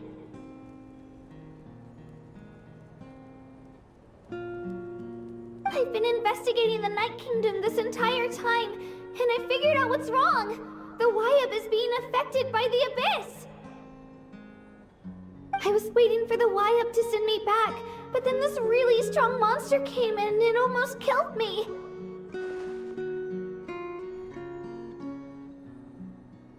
The Wyab saved me, even though its power is weakening, so I've been hiding from the monsters while trying to find a way to help.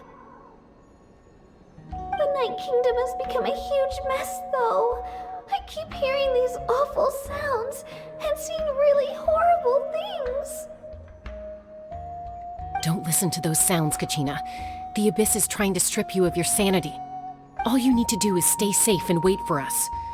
We'll be there shortly. It's okay. I feel so much better now that I've had the chance to talk to you guys. You don't need to worry about me. I've never been strong or special at all, really. So I don't blame anyone for forgetting about me or leaving me behind. Just knowing you care is more than enough. I'll find a way back. You don't have to put yourselves in danger to come rescue me. You're always like this, Kachina. Now's not the time to act tough. We're coming for you, and that's final. I don't know what lies the Abyss has been feeding you, but I'll tell you something right now. Nobody here sees you as a burden. You're a victor of the Night Warden Wars, a hero of Natlan. All you need to do is wait for us to rescue you, and you'll get all the applause and recognition you deserve.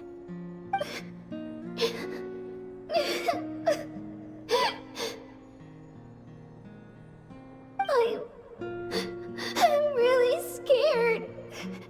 Everything's so dark and creepy here. And I want to go home. Still, I don't want you to put yourselves in danger because of me. I don't want to hold anyone back ever again. All you need to do is place your trust in us, just like you always have. No one fights alone. We're not leaving you behind. Not ever. Yeah, we're so close. We can't call it quits now. Thank you. Be careful. Looks like we've lost contact. Now comes the most dangerous part. You have to traverse the Night Kingdom in your physical form. This entrance to the Night Kingdom was left behind after an abyssal invasion. Even a brief amount of time inside could expose you to corrosion. I know. I'm prepared for that possibility. All right, then I wish you all the best. I'll tell Koichi to be ready just in case. She's very experienced in dealing with abyssal corruption. That face you just made. Don't tell me you two got into another argument. No, I just feel bad for creating more work for her. I'll go with them too, Archon. The more people, the stronger the party. Thank you so much for your help, everyone. It really means a lot that you're willing to brave these dangers with me. And there's no time to lose, so let's get going. Now that I've lost my power, I won't be able to provide much practical support. But I can still keep an eye on the situation from here. Eon-san, I know it's unlikely, but if you encounter a situation you can't handle... That won't happen. I hope not.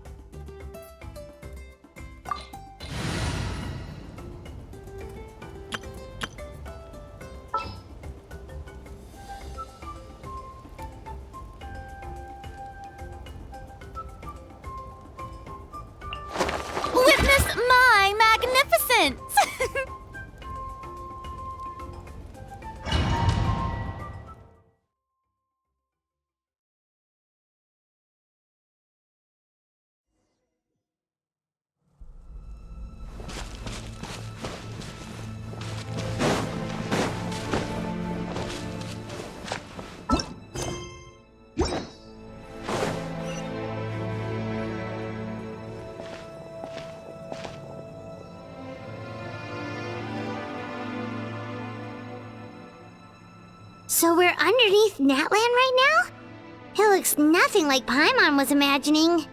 That's because in the distant past, Natlan was home to an incredibly advanced civilization ruled by dragons. Humans only established their own society after the fall of the dragons. So these are Saurian ruins? Wait, you mean like the elemental sovereigns? They had their own advanced civilization? Yes, a really long time ago. Very few records have survived until now, so no one really knows what the devices here are for. These ruins have been abandoned for a long time, but with the recent increase in Abyss activity, the installations around here have somehow been activated again. So what you're saying is, we're not in for an easy trip to the Night Kingdom. No. It's going to be obstacle after obstacle from here on out.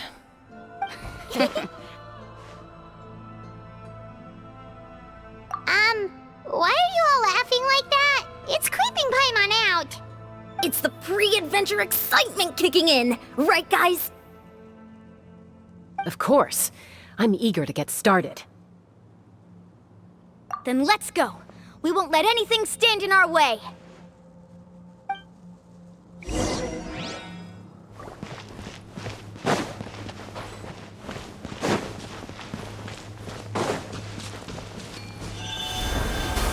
Seems like the road ends here. How should we get across? As a professional trainer, I think you could stand to build up your endurance, Paimon. Professional trainer? Paimon thought you were a warrior from the Collective of Planning. Well, that goes without saying. But I actually work as a sports coach. I provide professional guidance for many of Natlan's popular sports. And I don't just mean physical training. I design nutrition plans as well. Ah, so basically no... Those guys look familiar. We've fought them before. Let's go. Show no mercy.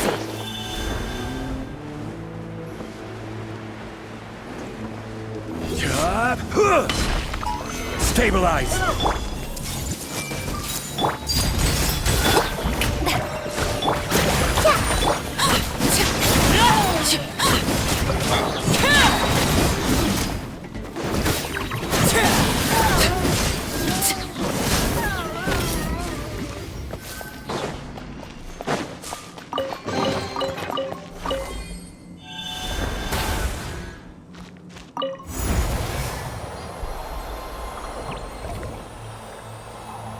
Whoa, the place we need to go seems really high up.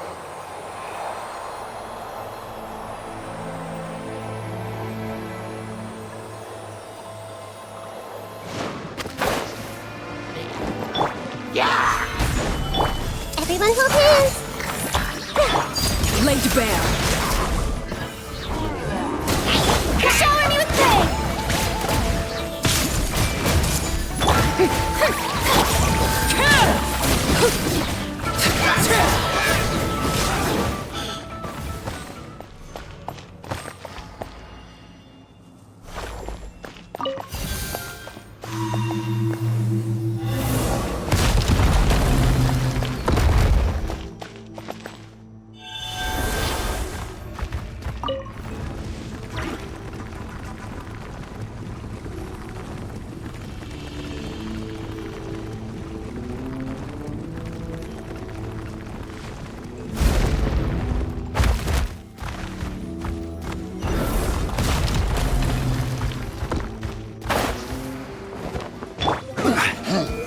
Solidify! Hey! Overruled! Strike a pose! Everyone hold hands! Stabilize!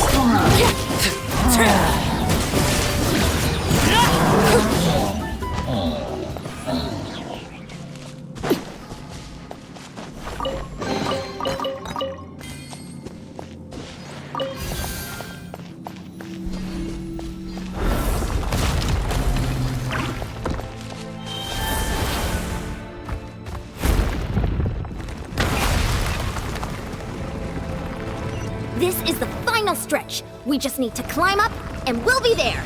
Nothing to it. Easy for you to say.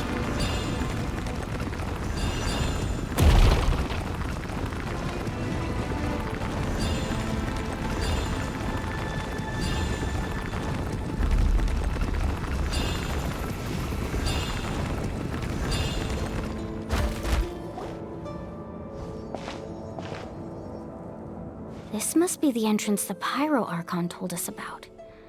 The one ripped open by the Abyss. Yes. There's something in the depths of this place that feels familiar, yet also foreign. We actually have to go in there? Okay, Paimon just needs to psych herself up. Don't push her through before she's ready.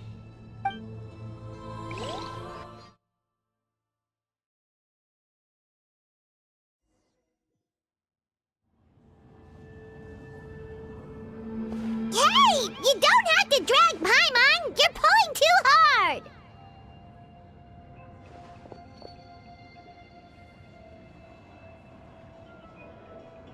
Looks like we made it. This is the Night Kingdom.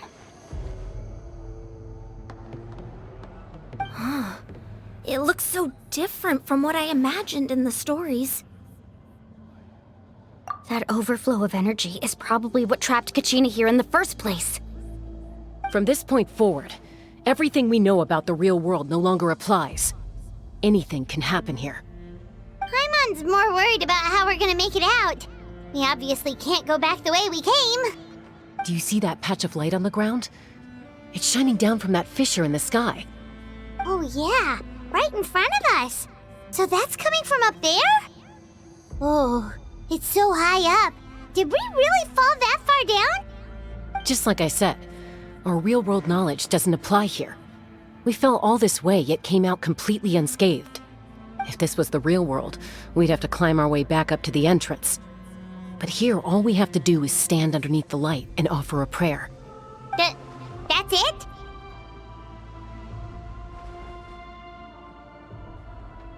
You really think that little of Paimon? That's not even why Paimon asked!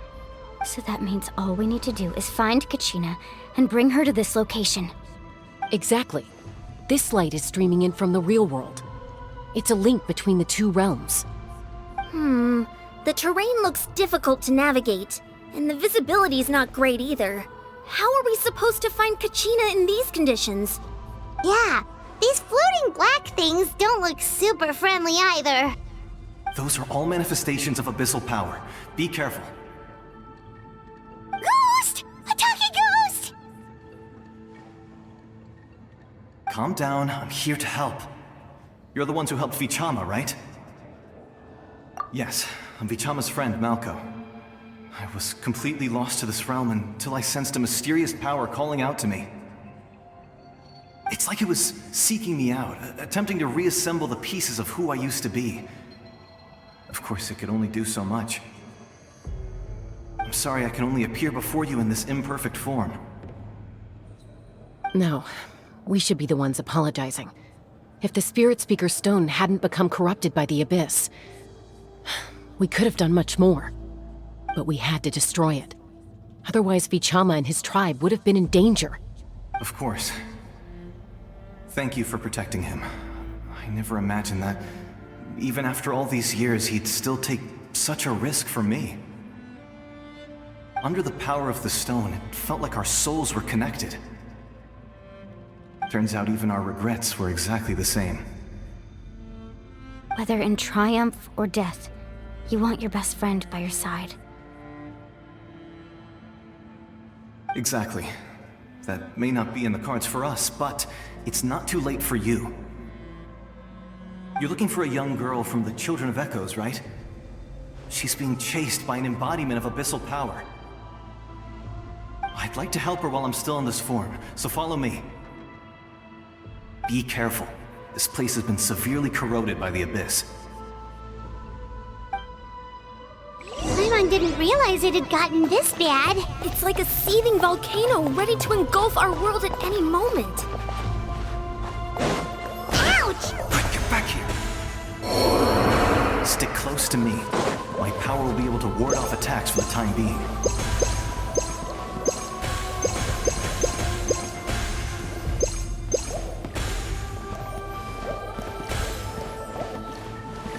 We won't be able to keep this up.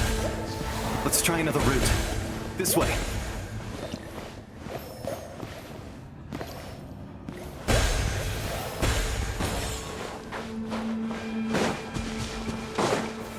Solidify!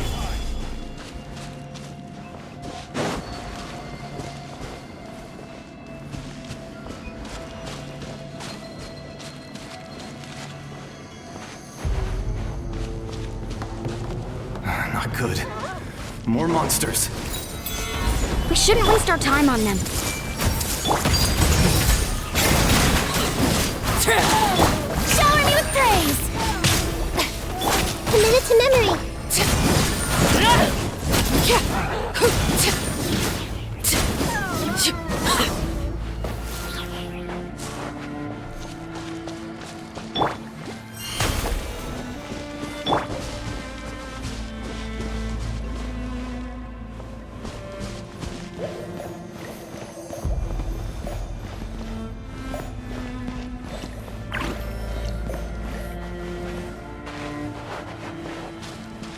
Oh, Paimon can't see anything! It's easy to get lost here. Just stick close.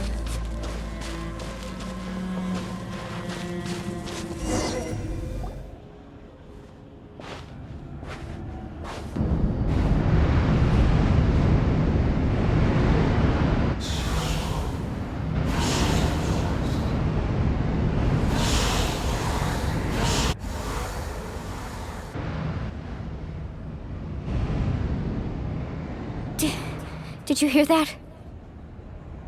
What? Never mind. It was probably just my imagination. Don't scare Paimon like that! I heard it too. It was a voice from the abyss. Ah! What did it say? Doesn't matter. It certainly doesn't harbor good intentions.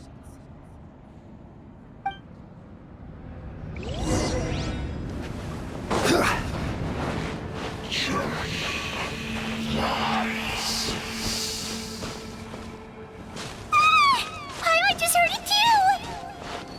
Let's keep going. Paimon wants to get out of this place!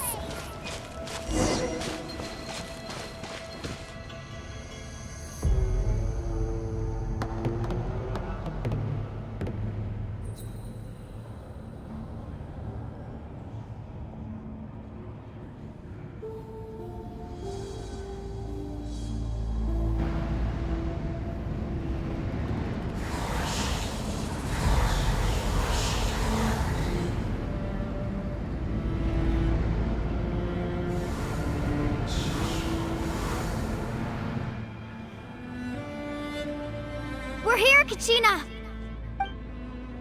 Honey, you made it! Looks like our reunion will have to wait until we take care of these monsters. Good idea. Let's go!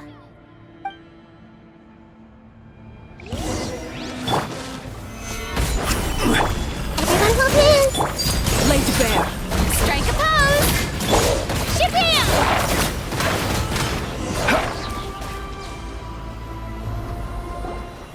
You're here! You're finally here! Thank you so much! That monster can appear from anywhere. It almost caught me a bunch of times. The Wyab's power helped keep me hidden, so I just tried to stay out of sight until you got here. Atta girl. You did so well. And most importantly, you weren't hurt. Should we start heading back then? Actually, I have a request. Will you come visit the Wyab with me? I can't exactly put it into words, but something's wrong with the Ode of Resurrection. And I know it has something to do with the contamination from the Abyss. That was the Pyro Archon's theory as well. Everything we've seen here certainly seems to back it up. In the Night Kingdom, there are 6 main totem poles representing the Wyab of each tribe. You can think of them like the body of each Wyab. Additional totem poles, like the ones around here, serve as proxies to which the Wyab can extend their consciousness. There are countless proxies scattered around the Night Kingdom. Through them, the Wyab can extend their consciousness over the entire realm and track down souls no matter where they roam. But if a proxy were to become severely contaminated, then a soul could become lost within the Night Kingdom. Judging by the current situation, I don't think we're dealing with just one contaminated proxy. Even if we could drive back the abyssal power from one of them, that probably wouldn't even put a dent in the problem. Still, we can't just leave the Wyab to suffer. It's protected me this whole time. I agree. We might even manage to draw out the monster that's been hunting Kachina. Getting rid of the monster might slow down the deterioration of the Night Kingdom.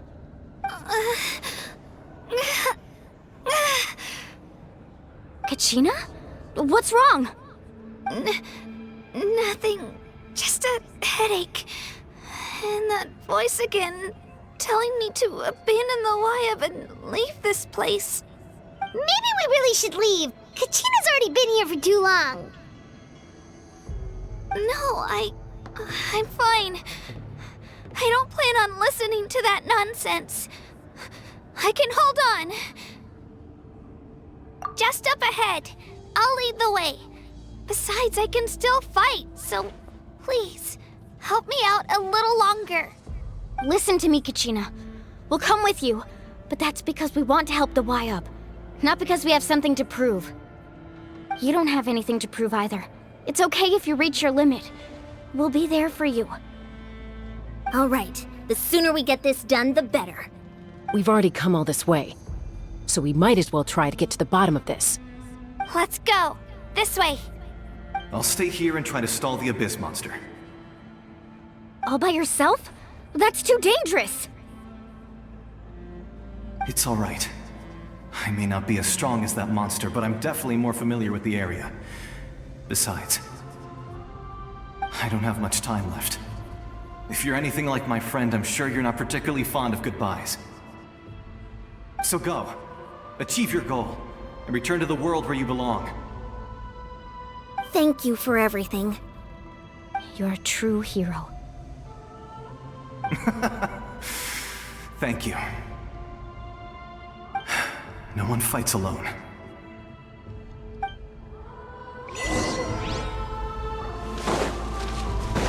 Does your head still hurt? Let me help you walk. I'm fine. You should know I'm made of stronger stuff than that.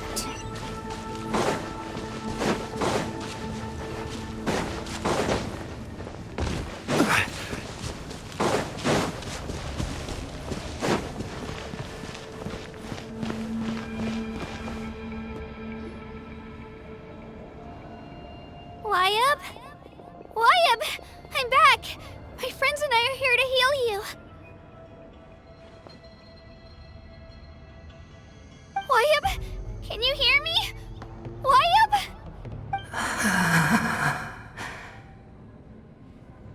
So we were right. The contamination is already too severe. It's preventing the Wayab from answering our calls.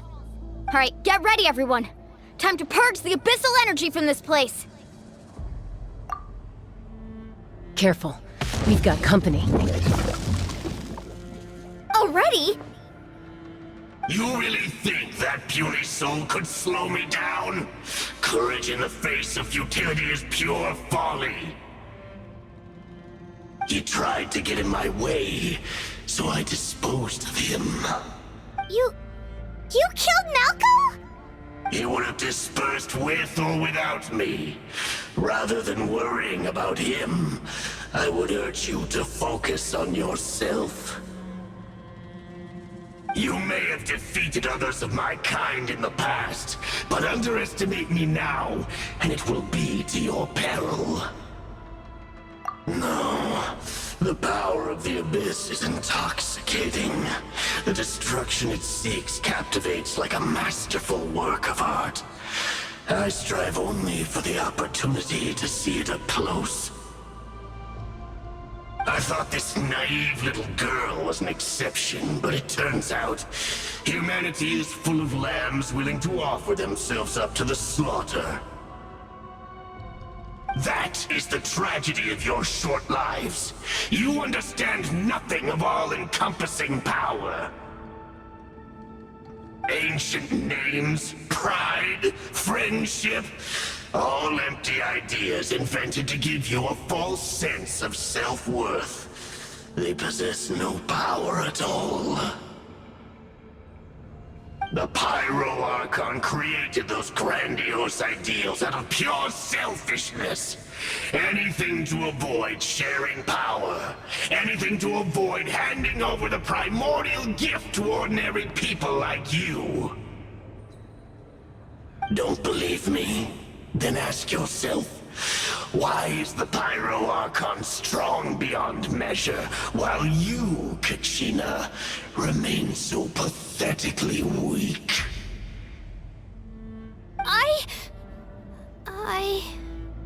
Kachina! Give me your hand.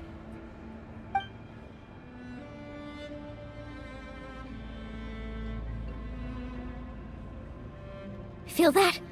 I'm right here next to you. Thanks, Moalani. You're right. I have nothing to fear. Because I'm not alone anymore. You're right. Maybe comforting ideals don't have any power. But you also couldn't be more wrong. You've never had to work for your own strength, so you will never understand the true source of our power. What? The courage we have to stand before you and not back down? It comes from our friendship. The power lies not in the ideal itself, but in our commitment to upholding that ideal, and in our decision to stand together and fight! Well said! Let's go, Kachina. It shouldn't take more than 2 of us to handle an enemy like this. Sorry in advance, but you deserve what's coming to you! There aren't many in Natlan who can beat us when we're together. It's time he got a taste of that kind of power. From the ashes to the power of flame compels me! Let her rip! Hear the inferno storm! Woohoo! Surf's up! Flame compels me! Amazing! Catch an epic wave! Whoosh! Carving waves! Woohoo! A glimpse of the future! Shabam! Get back!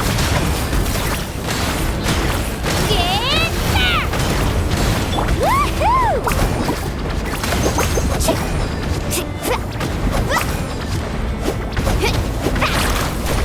What the fate of this world is already...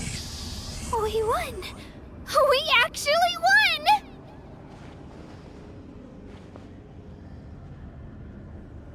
That's what he gets for underestimating you two. Fantastic work, Kachina! Absolutely fantastic! This makes me so unbelievably happy. I'm happy too, Moalani. Together we really are unstoppable.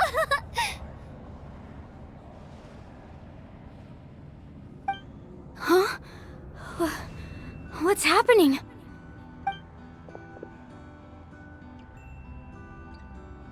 My ancient name is glowing?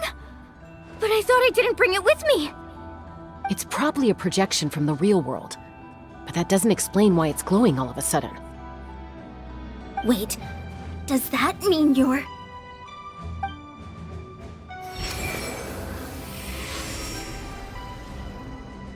That was a bold move, diving headfirst into the fire to save your friend, especially in a place so overrun with abyssal corruption.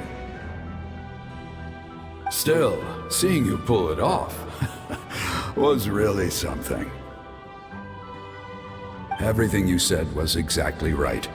As isolated individuals, we stand no chance against the power of the Abyss.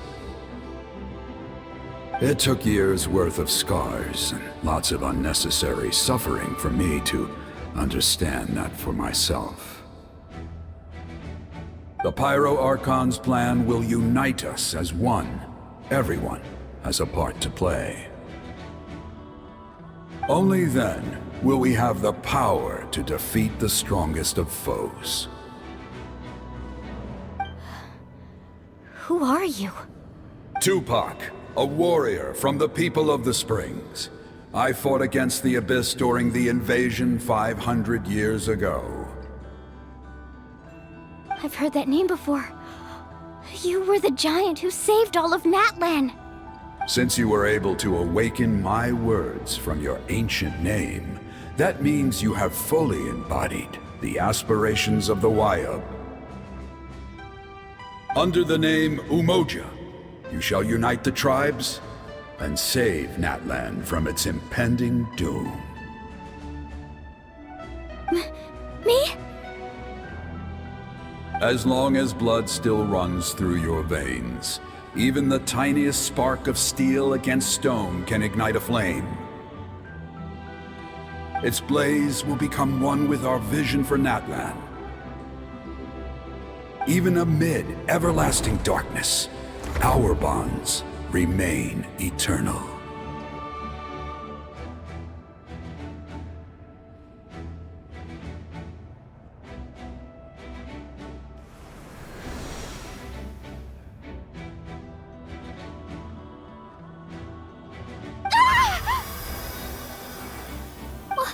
What's wrong, Moalani?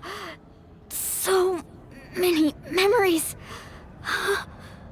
My brain was just flooded with everything he once knew. So that's what happened. What do you mean? Did you just figure something out? 500 years ago, they foresaw the very crisis we're facing now. Efforts to save Natlan started all the way back then. We can go over the details once we get back. We shouldn't linger here longer than we have to. I know bits and pieces, but I had no idea Mualani was also part of the plan.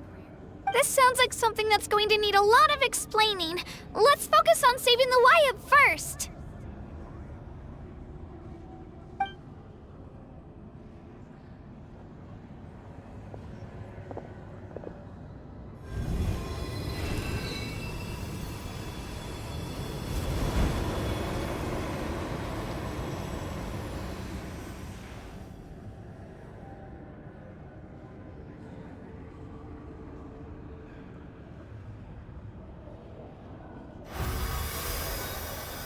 Okay, that should be enough. Wayub? Wayub? Can you hear me?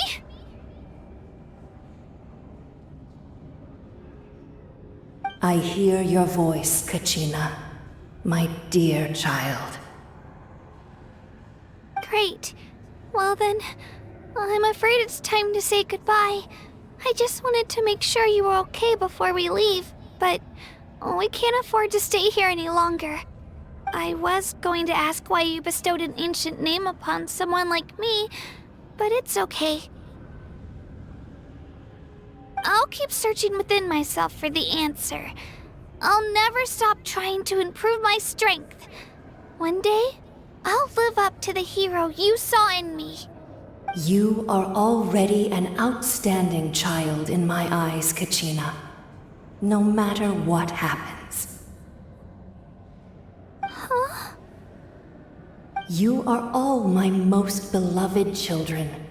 It has always been my honor to protect and nurture you. Your ancient name is just that. A name. Much like your parents chose to name you Kachina, I also gave you a name, but it need not define you. Focus on who you want to be. You are already worthy of your name. Now, you need only devote yourself to becoming a better you. The story of your ancient name is for you to continue. Just like your parents, my love for you will never change, no matter what the future holds.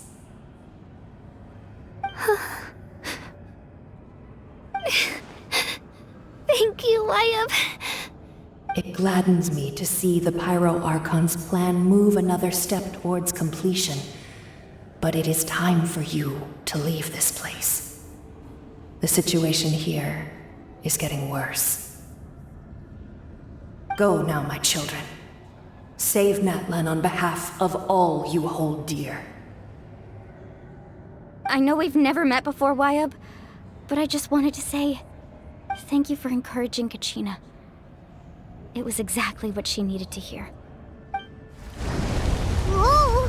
What's going on? An earthquake? We're out of time. It's the power of the Abyss. Quick, we need to run!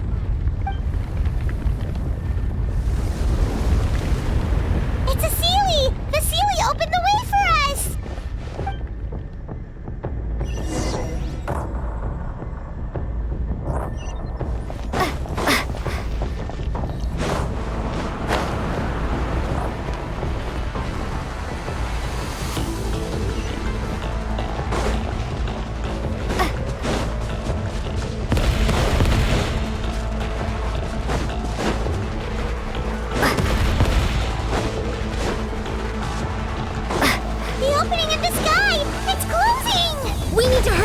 Or we'll be stuck here!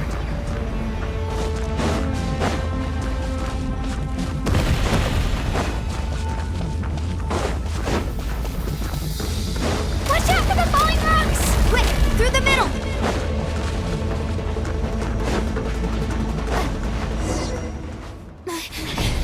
Come on, faster! We'll never make it!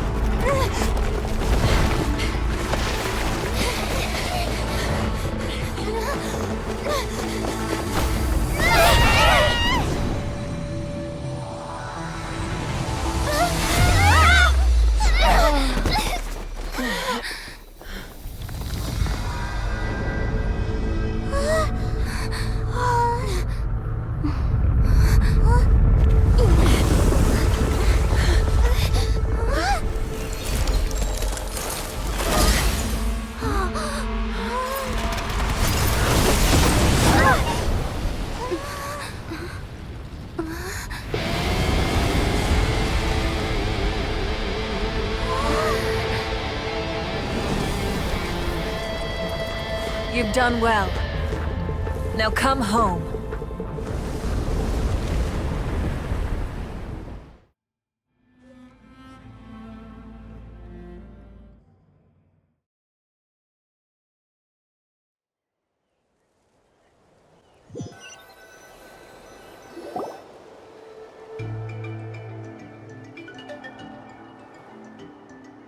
We're back! The Pyro Archon saved us. But she's not here. Yeah, didn't she say she used it all up?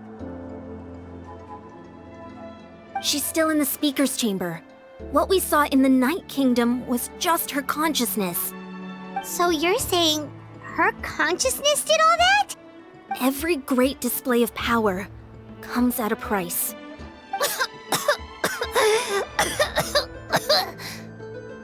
You must feel terrible, Kachina. Just hold on. We'll get you to a doctor soon. Let's get back to the stadium. The Pyro Archon said she'd have a doctor waiting for us. I recommend getting a full checkup, just to make sure no damage gets left behind. Paimon feels okay. What about you, Traveler? Right. You always seem to do pretty well against the Abyss. Let's get going. We need to share what we learned in the Night Kingdom as well. Right. The Wyup mentioned something about the Pyro Archon's plan. What is it exactly? I'll let her explain everything. We're all a part of the plan now. Every move we make from here on out will decide Natlan's ultimate fate.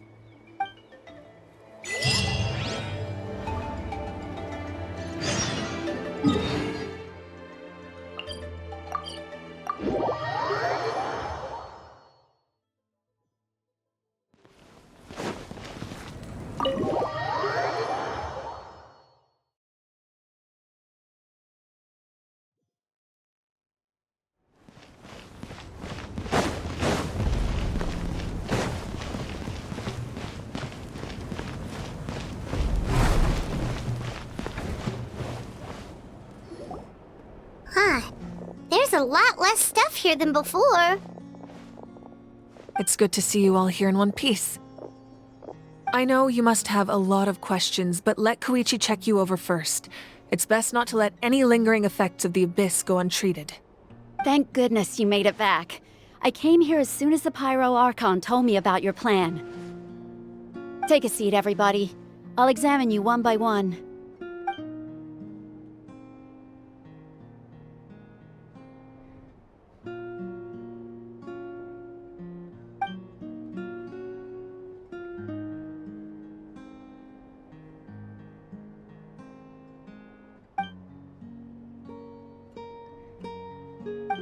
All right, that should do it for now. But just to be safe, I'll perform another checkup in a couple of days. I have to say, though, I've never seen anyone react to the Abyss like you, Traveler. It's like you're completely immune to its power. She's always been special like that. She can even purify its power. Wait, now that you mention it, Paimon doesn't think she's affected either. Given the current situation, that ability will likely play a great role in the events to come. Of course. I still have patients to see, so I'll head out. Thank you, Koichi. All right. We might not see eye to eye, but we both had good intentions. Just give it time.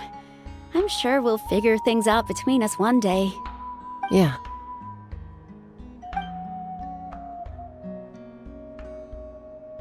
All right. There's so much to discuss, I don't even know where to begin. You've seen it for yourselves now. The devastation in the Night Kingdom. I'll get straight to the point. Natlan is on the verge of destruction. It's very possible our nation has less than a year before total devastation. Huh? No. That can't be true, can it? That's right. But I've only ever disclosed that fact to the handful of people working with me to save this nation. Our looming destruction is not a recent development, but the inevitable conclusion of the disaster the Abyss initiated 500 years ago. Mualani told us a little bit about that. 500 years ago, all the nations of Tevat were invaded by the Abyss.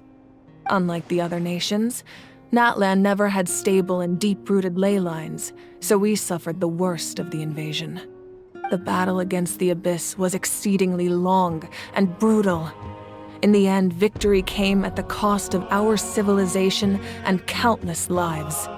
Even then, it took centuries of solving the disasters caused by the Abyss to finally achieve the peace we know today. And still, this is but a superficial victory. The forces of the Abyss have merely been driven back underground. Their threat to Natlan remains as real as ever. I'd never have guessed. The problems plaguing the Night Kingdom are all the more complicated because that realm is essentially functioning as Natlan's ley lines. Immediately after the war, our calculations estimated that we would have a maximum of 500 years before the Night Kingdom was completely lost to the Abyss. But at that time, we were a nation of the destitute. Our people no longer believed in victory, nor did they hold hope for the future.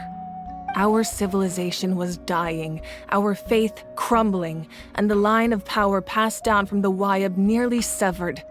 If we didn't bring the nation back together, it would be foolish to even dream of defeating the Abyss in the future.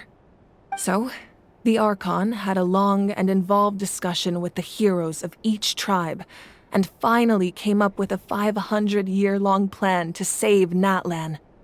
So that's what happened. After finding Kachina, I encountered a strange figure who gave me a series of new memories. Since the plan was mentioned in those memories, I guess I've been chosen to play an important role in it. But there's still something I don't understand. Those memories showed me the Pyro Archon from back then. And it was you. Huh? But that doesn't make any sense. The Pyro Archon is supposed to be human. It's impossible for a human to live that long. That's right. The hardest thing for humans to overcome has always been time. Or rather, the natural limitations of our lifespan. A god can extend a human's life by using a certain amount of divine power, or subjecting them to a curse. But, as we all know, Natlan doesn't have gods like that. We can only rely on our own methods. A human life is like a flame destined to be extinguished. 500 years ago, I placed my life within the sacred flame.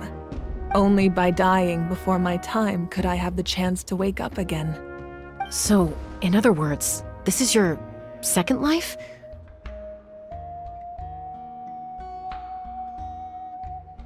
Yes. We only managed to defeat the Abyss all those years ago because the tribes came together as one. If the Natlan of the future was to have a fighting chance, the Pyro Archons that came after the war had to rebuild the decimated tribes. The goal was to reunite the people and restore the strength of each tribe's Wayab. Once a tribe was back to its full strength, the tribe's Wayab would select a hero, indicating the tribe was once again ready for war. The Chosen would then stand by my side in defense of our nation, just like great heroes of old 500 years ago. So that means I'm one of the Chosen? That's right. You bear the ancient name Umoja, the same one held by the hero from your tribe 500 years ago. It means unity. After your adventure in the Night Kingdom, I trust you've come to fully understand the meaning of that name. So in other words, you always knew who the Wayab were going to pick from each tribe? Yes. According to the plan, each tribe was supposed to have been fully restored by the time I awoke. But something went wrong along the way. The 6 heroes successfully inherited the ancient names from 500 years ago, but the intel regarding the plan wasn't passed on to them. Once again, it comes down to the deterioration of the Night Kingdom. Communication between the Sacred Flame and the Wayab has been blocked. Just like how the Ode of Resurrection failed to bring Kachina back. Exactly. It's just another tactic the Abyss is using against us. The Abyss may not possess intelligence, but its methods certainly aren't easy to counter. If we want to unblock that information from being passed on, my presence alone isn't enough. The ancient name-bearer must establish a greater connection to their name. So, I've tried my best to help them from the sidelines. Currently, Shalonin of the Children of Echoes, Kinich of the Scions of the Canopy, and Iansan of the Collective of Plenty have all been acknowledged by their names. During your adventure, you too earned the acknowledgement of your Wayab, Mualani.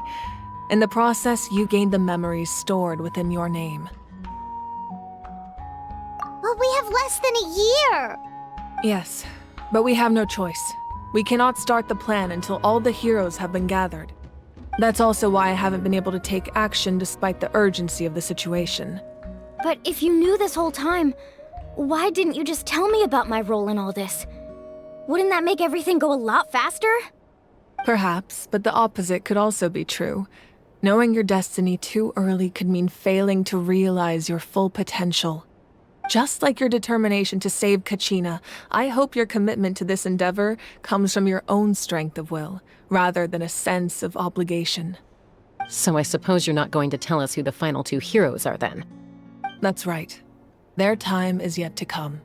Putting pressure on them beforehand will only hinder their development. I can only trust in the judgment of the Wayab. I have never believed I could solve this crisis alone. In fact, it was precisely because I chose to trust and rely on others that we managed to get this far. Natlan's salvation lies not in its Archon or any singular individual, but in us all. You're quite perceptive, aren't you? I thought I might get away with avoiding the topic. Huh? Oh, right! All of the stuff you stored here before, where did it all go? Even though I sacrificed my power, I still needed a contingency plan to ensure you would make it back from the Night Kingdom. After all, I was the one who allowed you to take that risk, and Mualani has an important role to play in my plan. In addition to their sentimental value, the items I stored here held a much more important purpose: fuel. Fuel? So back then, that's why you... Yes. The stories embodied by those items are certainly important, but there's an even more significant trait they all share. Every item belonged to a hero of Natlan. Over time, they became imbued with a certain amount of contending fire from being carried in battle. On their own, each item's power is limited, but together their combined effect can prove quite useful in a dire situation. By burning those items, I was able to activate the contending fire stored within them to open the boundary between the two worlds. It was a rather crude approach, so all their power was depleted in an instant, as you can see. But weren't they all precious treasures? What about their stories? That's exactly why I dragged you all here. No matter what, I never wanted the Pyro Archon to have to use that power. Oh, I'm so sorry. You have nothing to be sorry for. You all deserve my thanks, actually. If you hadn't saved the totem pole, that area of the Night Kingdom would have been forever lost to the Abyss. And then, it would only be a matter of time before the Children of Echoes was met with disaster. Besides, when those heroes entrusted their belongings to me, or the Pyro Archon of their time, it was out of a desire to contribute to Natlan's survival. If they knew those items helped save the present-day heroes of Natlan, they would not mourn their loss. Even when you put it that way, I still feel bad. There's no need. Remember what I told you about time? The people and the events of the past are never truly lost to us. We simply carry them with us in a different form. In that sense, we didn't lose anything at all. If you still have regrets, let them fuel your resolve in the battles to come. Your deeds will become new legends and nurture new forms of power just like the items once stored here. Well, we'd still like to return the favor. Well, if that's the case, just treat me to a drink sometime. Now that Kachina has returned, we can finally hold the victory feast and celebrate your team's triumph in the Night Warden Wars. And we could all use the rest, that's for sure. Plus, you'll be able to silence everyone who doubted you once and for all, Kachina. Still, now that I know the danger we're facing, having a victory feast doesn't feel right. Try not to let it get to you. It's important to stay calm. Worrying about it will only affect your judgment. All right, you should head out. I'll join you in a bit.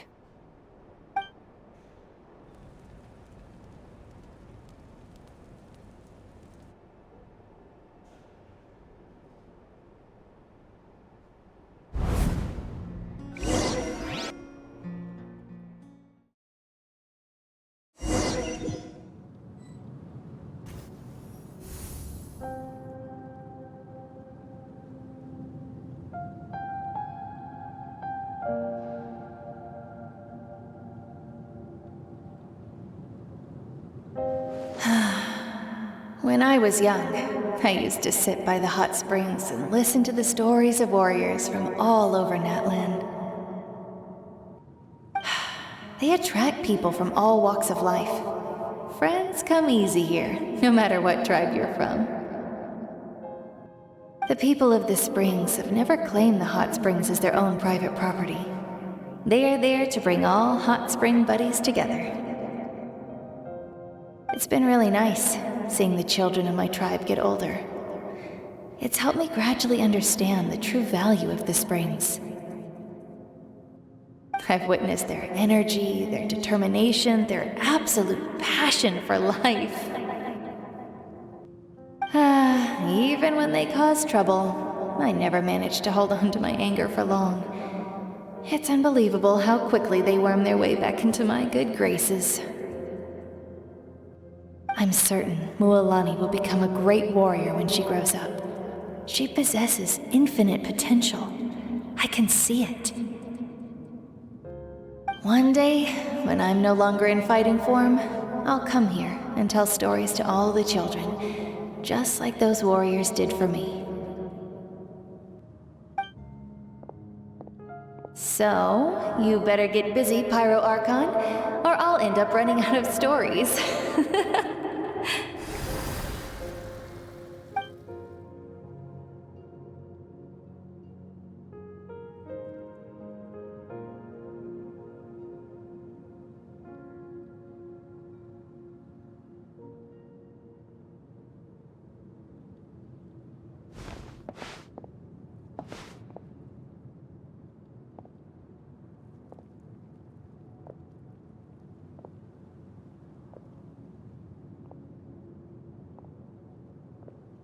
Our nation is engulfed in darkness. Our tribes stand divided, and yet you promise victory in the distant future. The Abyss is a cunning enemy, one that I faced in battle many times. Were that not the case, I would never understand exercising this degree of caution. My rage will never know absolution, and my power will no longer aid you in victory. But you came to me because you knew you could convince me with just a single sentence. I understand your choice. The heroes of today will forge the path ahead with blood and fire. Just remember to earn us the victory we are owed. Otherwise, rest assured, I'll find a way to collect the debt. For Natlan.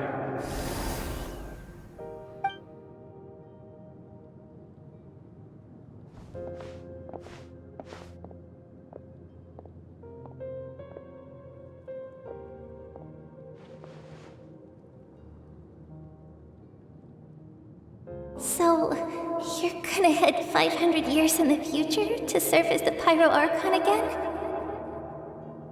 But what about the you from right now? You're just gonna die? You can't ask her those questions and expect her to answer, my dear. The decision is hers to make, and she deserves our support. We will do everything we can to rebuild the tribes. Don't you worry. Even across time, we will all do our part to fight for Natlan's future. Yeah, Mom's right. We'll always believe in you, sis.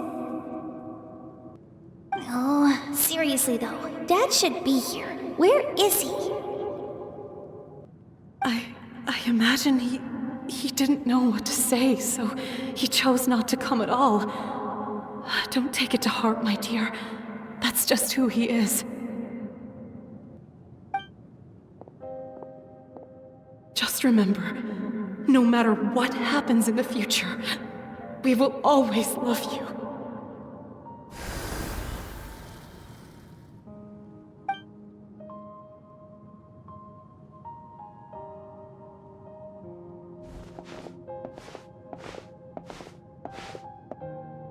I'll come find you one day. I know I can't live that long, but I'll think of something. There has to be a way for us to meet again one day. If there's an answer out there somewhere, I'm gonna find it. So, don't forget about me.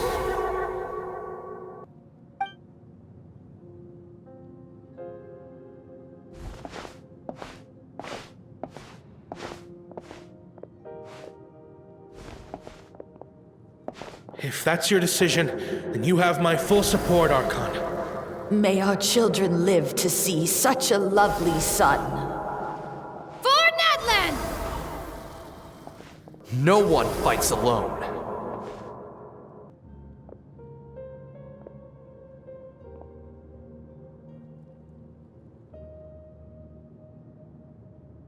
The rules are my legacy. They shall grant us the strength to overcome the next tragedy. War forged the 6 tribes, taught us how to fight, instilled in us what it means to love. Who will be the one to bring this to an end?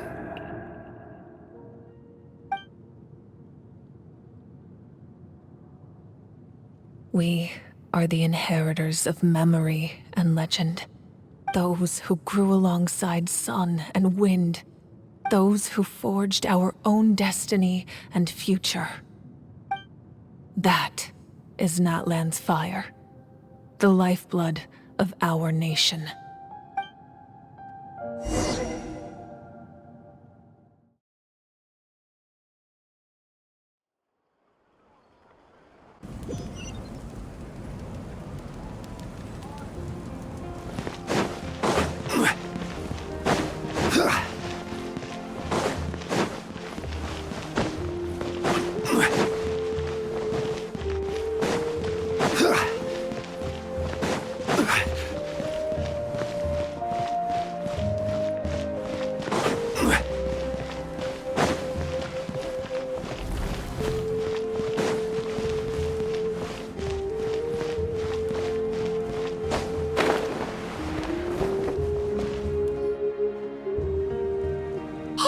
Michi! You here for the victory feast too? Oh, no. I knew Chaska would be here, so I just came to deliver some medicine. I was about to leave, actually. But it's not that I don't want to celebrate Kachina and the others. I'm so glad she made it back. It's just... well, I'll make things awkward if I'm around my sister right now.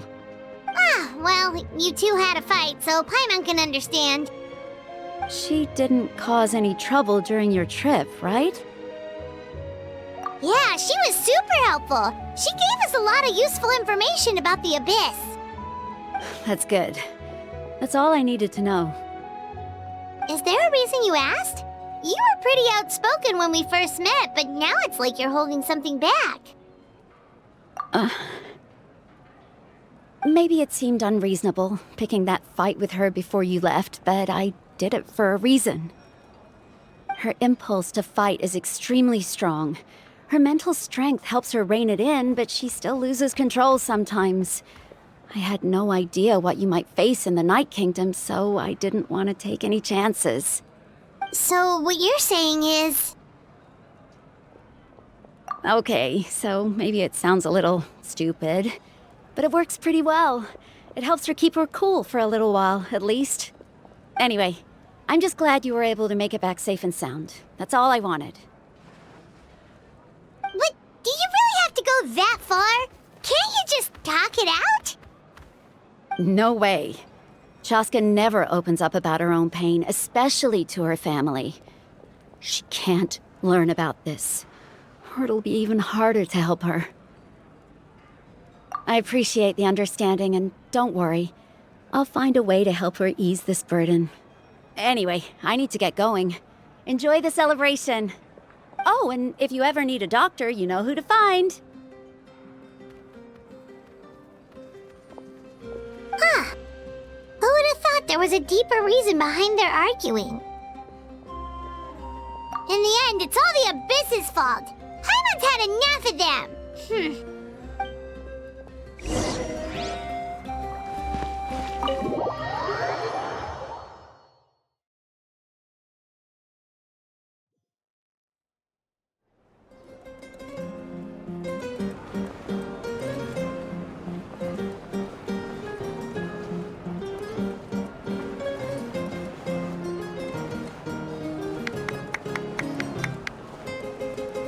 Let's give a huge round of applause to our brave young warrior, Kachina! Woohoo! Well done, Kachina. Thank you, everyone. I'm so glad I finally made it. I always knew you could do it. With so much potential at your age, you have a great future ahead of you. You're one to talk. Don't think I didn't know you were the first person to abandon your team. I'll be dealing with you when we get back. I had no choice. My friend invited me. I couldn't just say no. Oh, really? So you weren't just trying to get ahead in the first round? I wasn't, I swear. I just happened to find that bearer injured in the wild, so I stopped to bandage his wounds.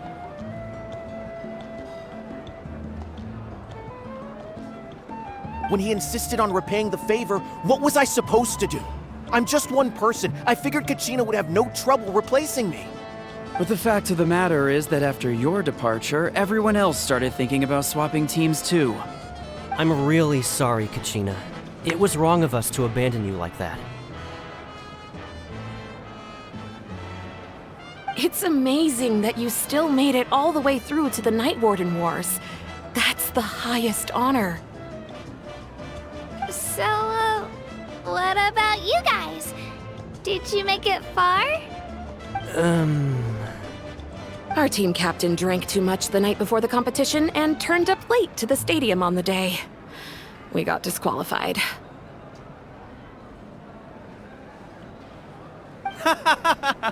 Serves you all right. No sympathy for me. All right. There's no need to be like that, Uncle Pakal. Dear friends, I'd like to say a few words. Firstly, I'm grateful to my friends and our great Archon for helping to bring me back. This traveler and her companion Paimon are some of the strongest people I've ever met. If they not to participate in the pilgrimage, I have no doubt that they'd win the whole thing. They've agreed to let me learn from them. With their help, I believe I can become even stronger still. And let's not forget my good friends, Moalani, Chaska, Kanich, and Dion-san. They all helped the Traveler and Paimon figure out a way to bring me back from the Night Kingdom. They too deserve to be called our heroes, so please give another round of applause for them. Thank you so much. Well said! I'll drink to that. How does it feel being a hero, Kachina? To be honest, it's a bit overwhelming. It all just feels so surreal. Well, you better get used to it. Next up, undefeated champion! Hey, please don't make fun of me.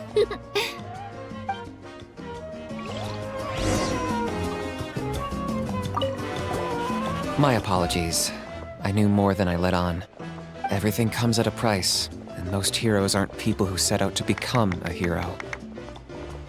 If you cling too tightly to your goal, you end up losing things that are far more precious. But in any case, we're now on the same page. I wonder how long before the two final heroes appear. From the Flower Feather Clan and the Masters of the Night Wind.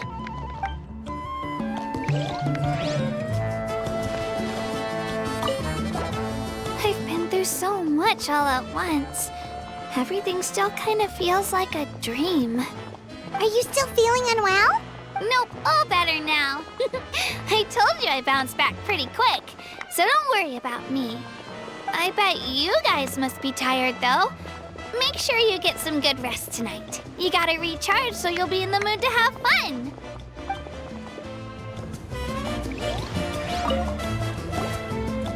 At previous victory feasts, you'd always find me in the crowd singing and dancing. But after what I found out today, it's too much. I'm still trying to process it. It does feel weird seeing you so out of sorts. Is this another pearl of wisdom based on your adventuring experience? Well, Paimon agrees with the Traveler. Everyone's come together to celebrate Kachina's achievements. That's gotta be a first. You're right.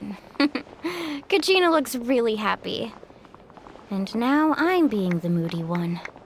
Ah, enough doom and gloom. Time to shake it off.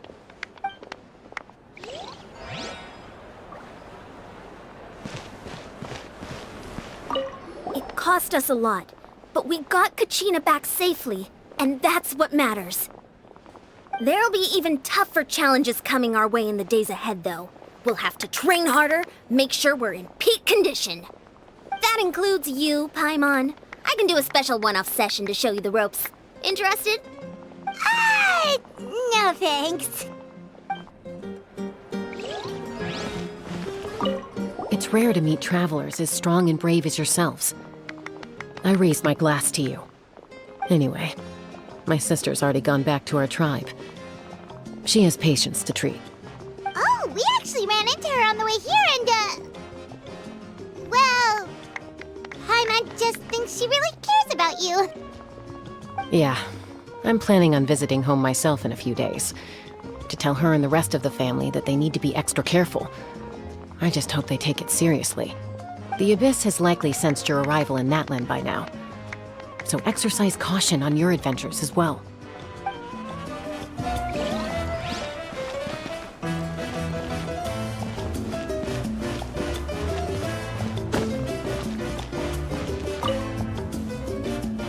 Ah, you're here. Have some fruit juice. I got it specially for you two. How did you know? That's Paimon's favorite! You look like you've still got questions. Ask away.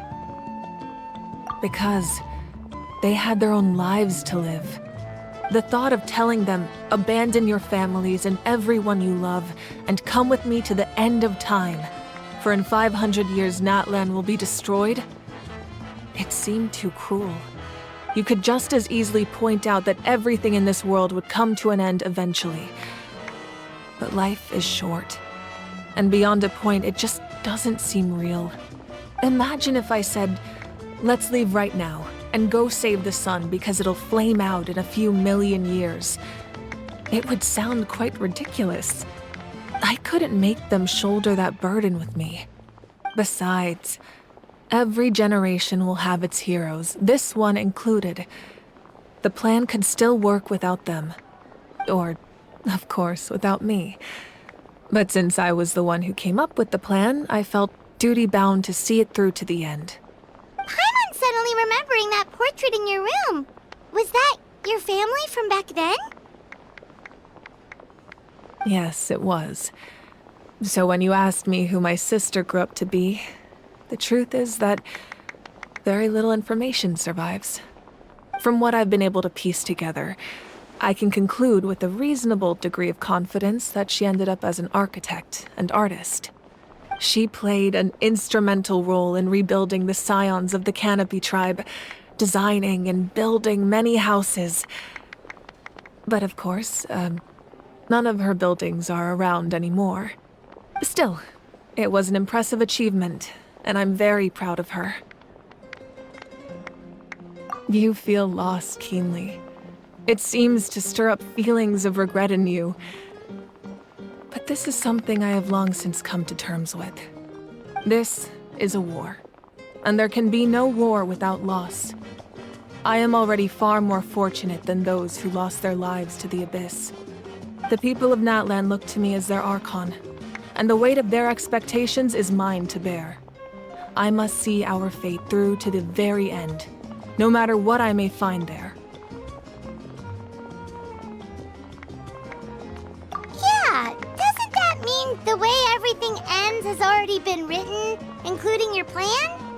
I suppose, but so what? Don't forget, time takes many forms. The past, present, and future coexist, and all are equally important. Even if the future ends in destruction, there's still no reason to give up on the here and now. And it's precisely because we humans cannot know our fate that we will never give up on our struggle. This is a pivotal moment. We are still 2 heroes short. Well, 3 to be precise. There's one further hero who I'm hoping to get on my side, whatever it takes. Your resistance to the corrupting power of the Abyss is truly remarkable. It would easily make you an all-important figure in the upcoming battle. If you agree to join us, you will not only gain my full support in your journey, but I will also forge a brand new ancient name for you. Ancient names can be forged? They can.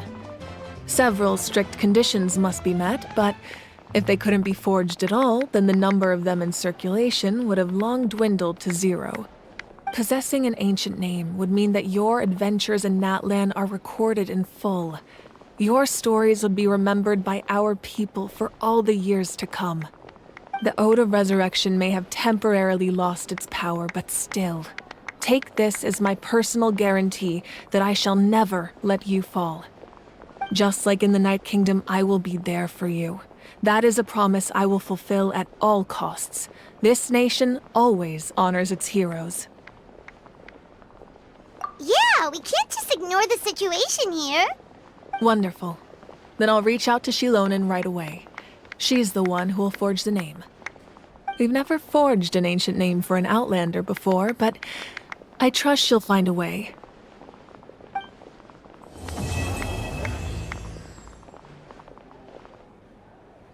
My lord, we've received word that the Pyro Archon has lost much of her power. Although your injury complicates things, this is most certainly the opportune time to seize the Gnosis. Victory and defeat are rules, not outcomes.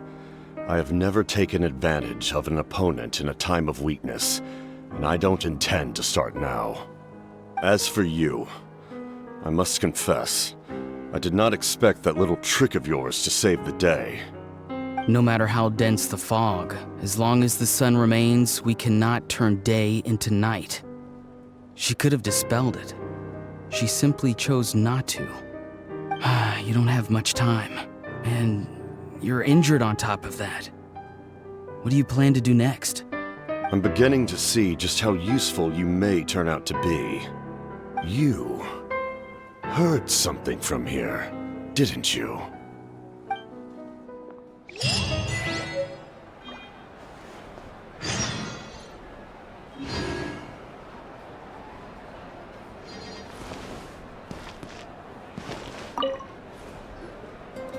Oh, something else you'd like to ask?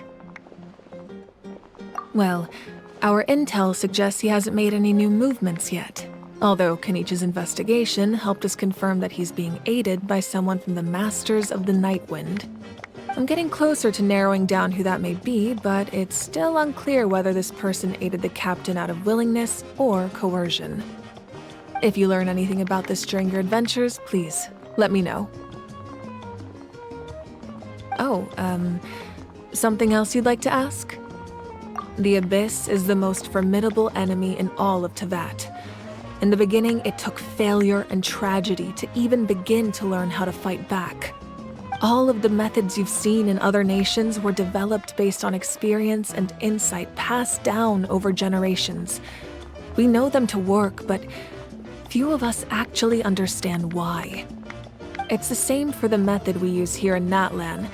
Ever since ancient times, elemental energy has been one of our most reliable weapons against the Abyss. As for the principles behind it, I'm afraid you might have to seek answers from someone older than the position of Pyro Archon itself. Oh, something else you'd like to ask?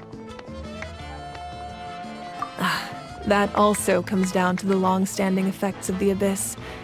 Our people's survival is inextricably tied to the Wyab, but their power has its limits. They cannot offer our people the same degree of protection outside our borders. In fact, people who do decide to leave often suffer from memory loss and emotional issues. Everyone in Natlan understands this. That's why our people never leave without a good cause. Even if someone is left with no choice, the chief of their tribe must seek approval with the Wyab to grant them leave. And the Wyab have always been very strict about granting that approval, since extending protection beyond our borders means consuming power reserved for our fight against the Abyss. Still, there's no need to worry. The Wyab extend their protection to all within Natlan, including visitors from afar. Oh, something else you'd like to ask?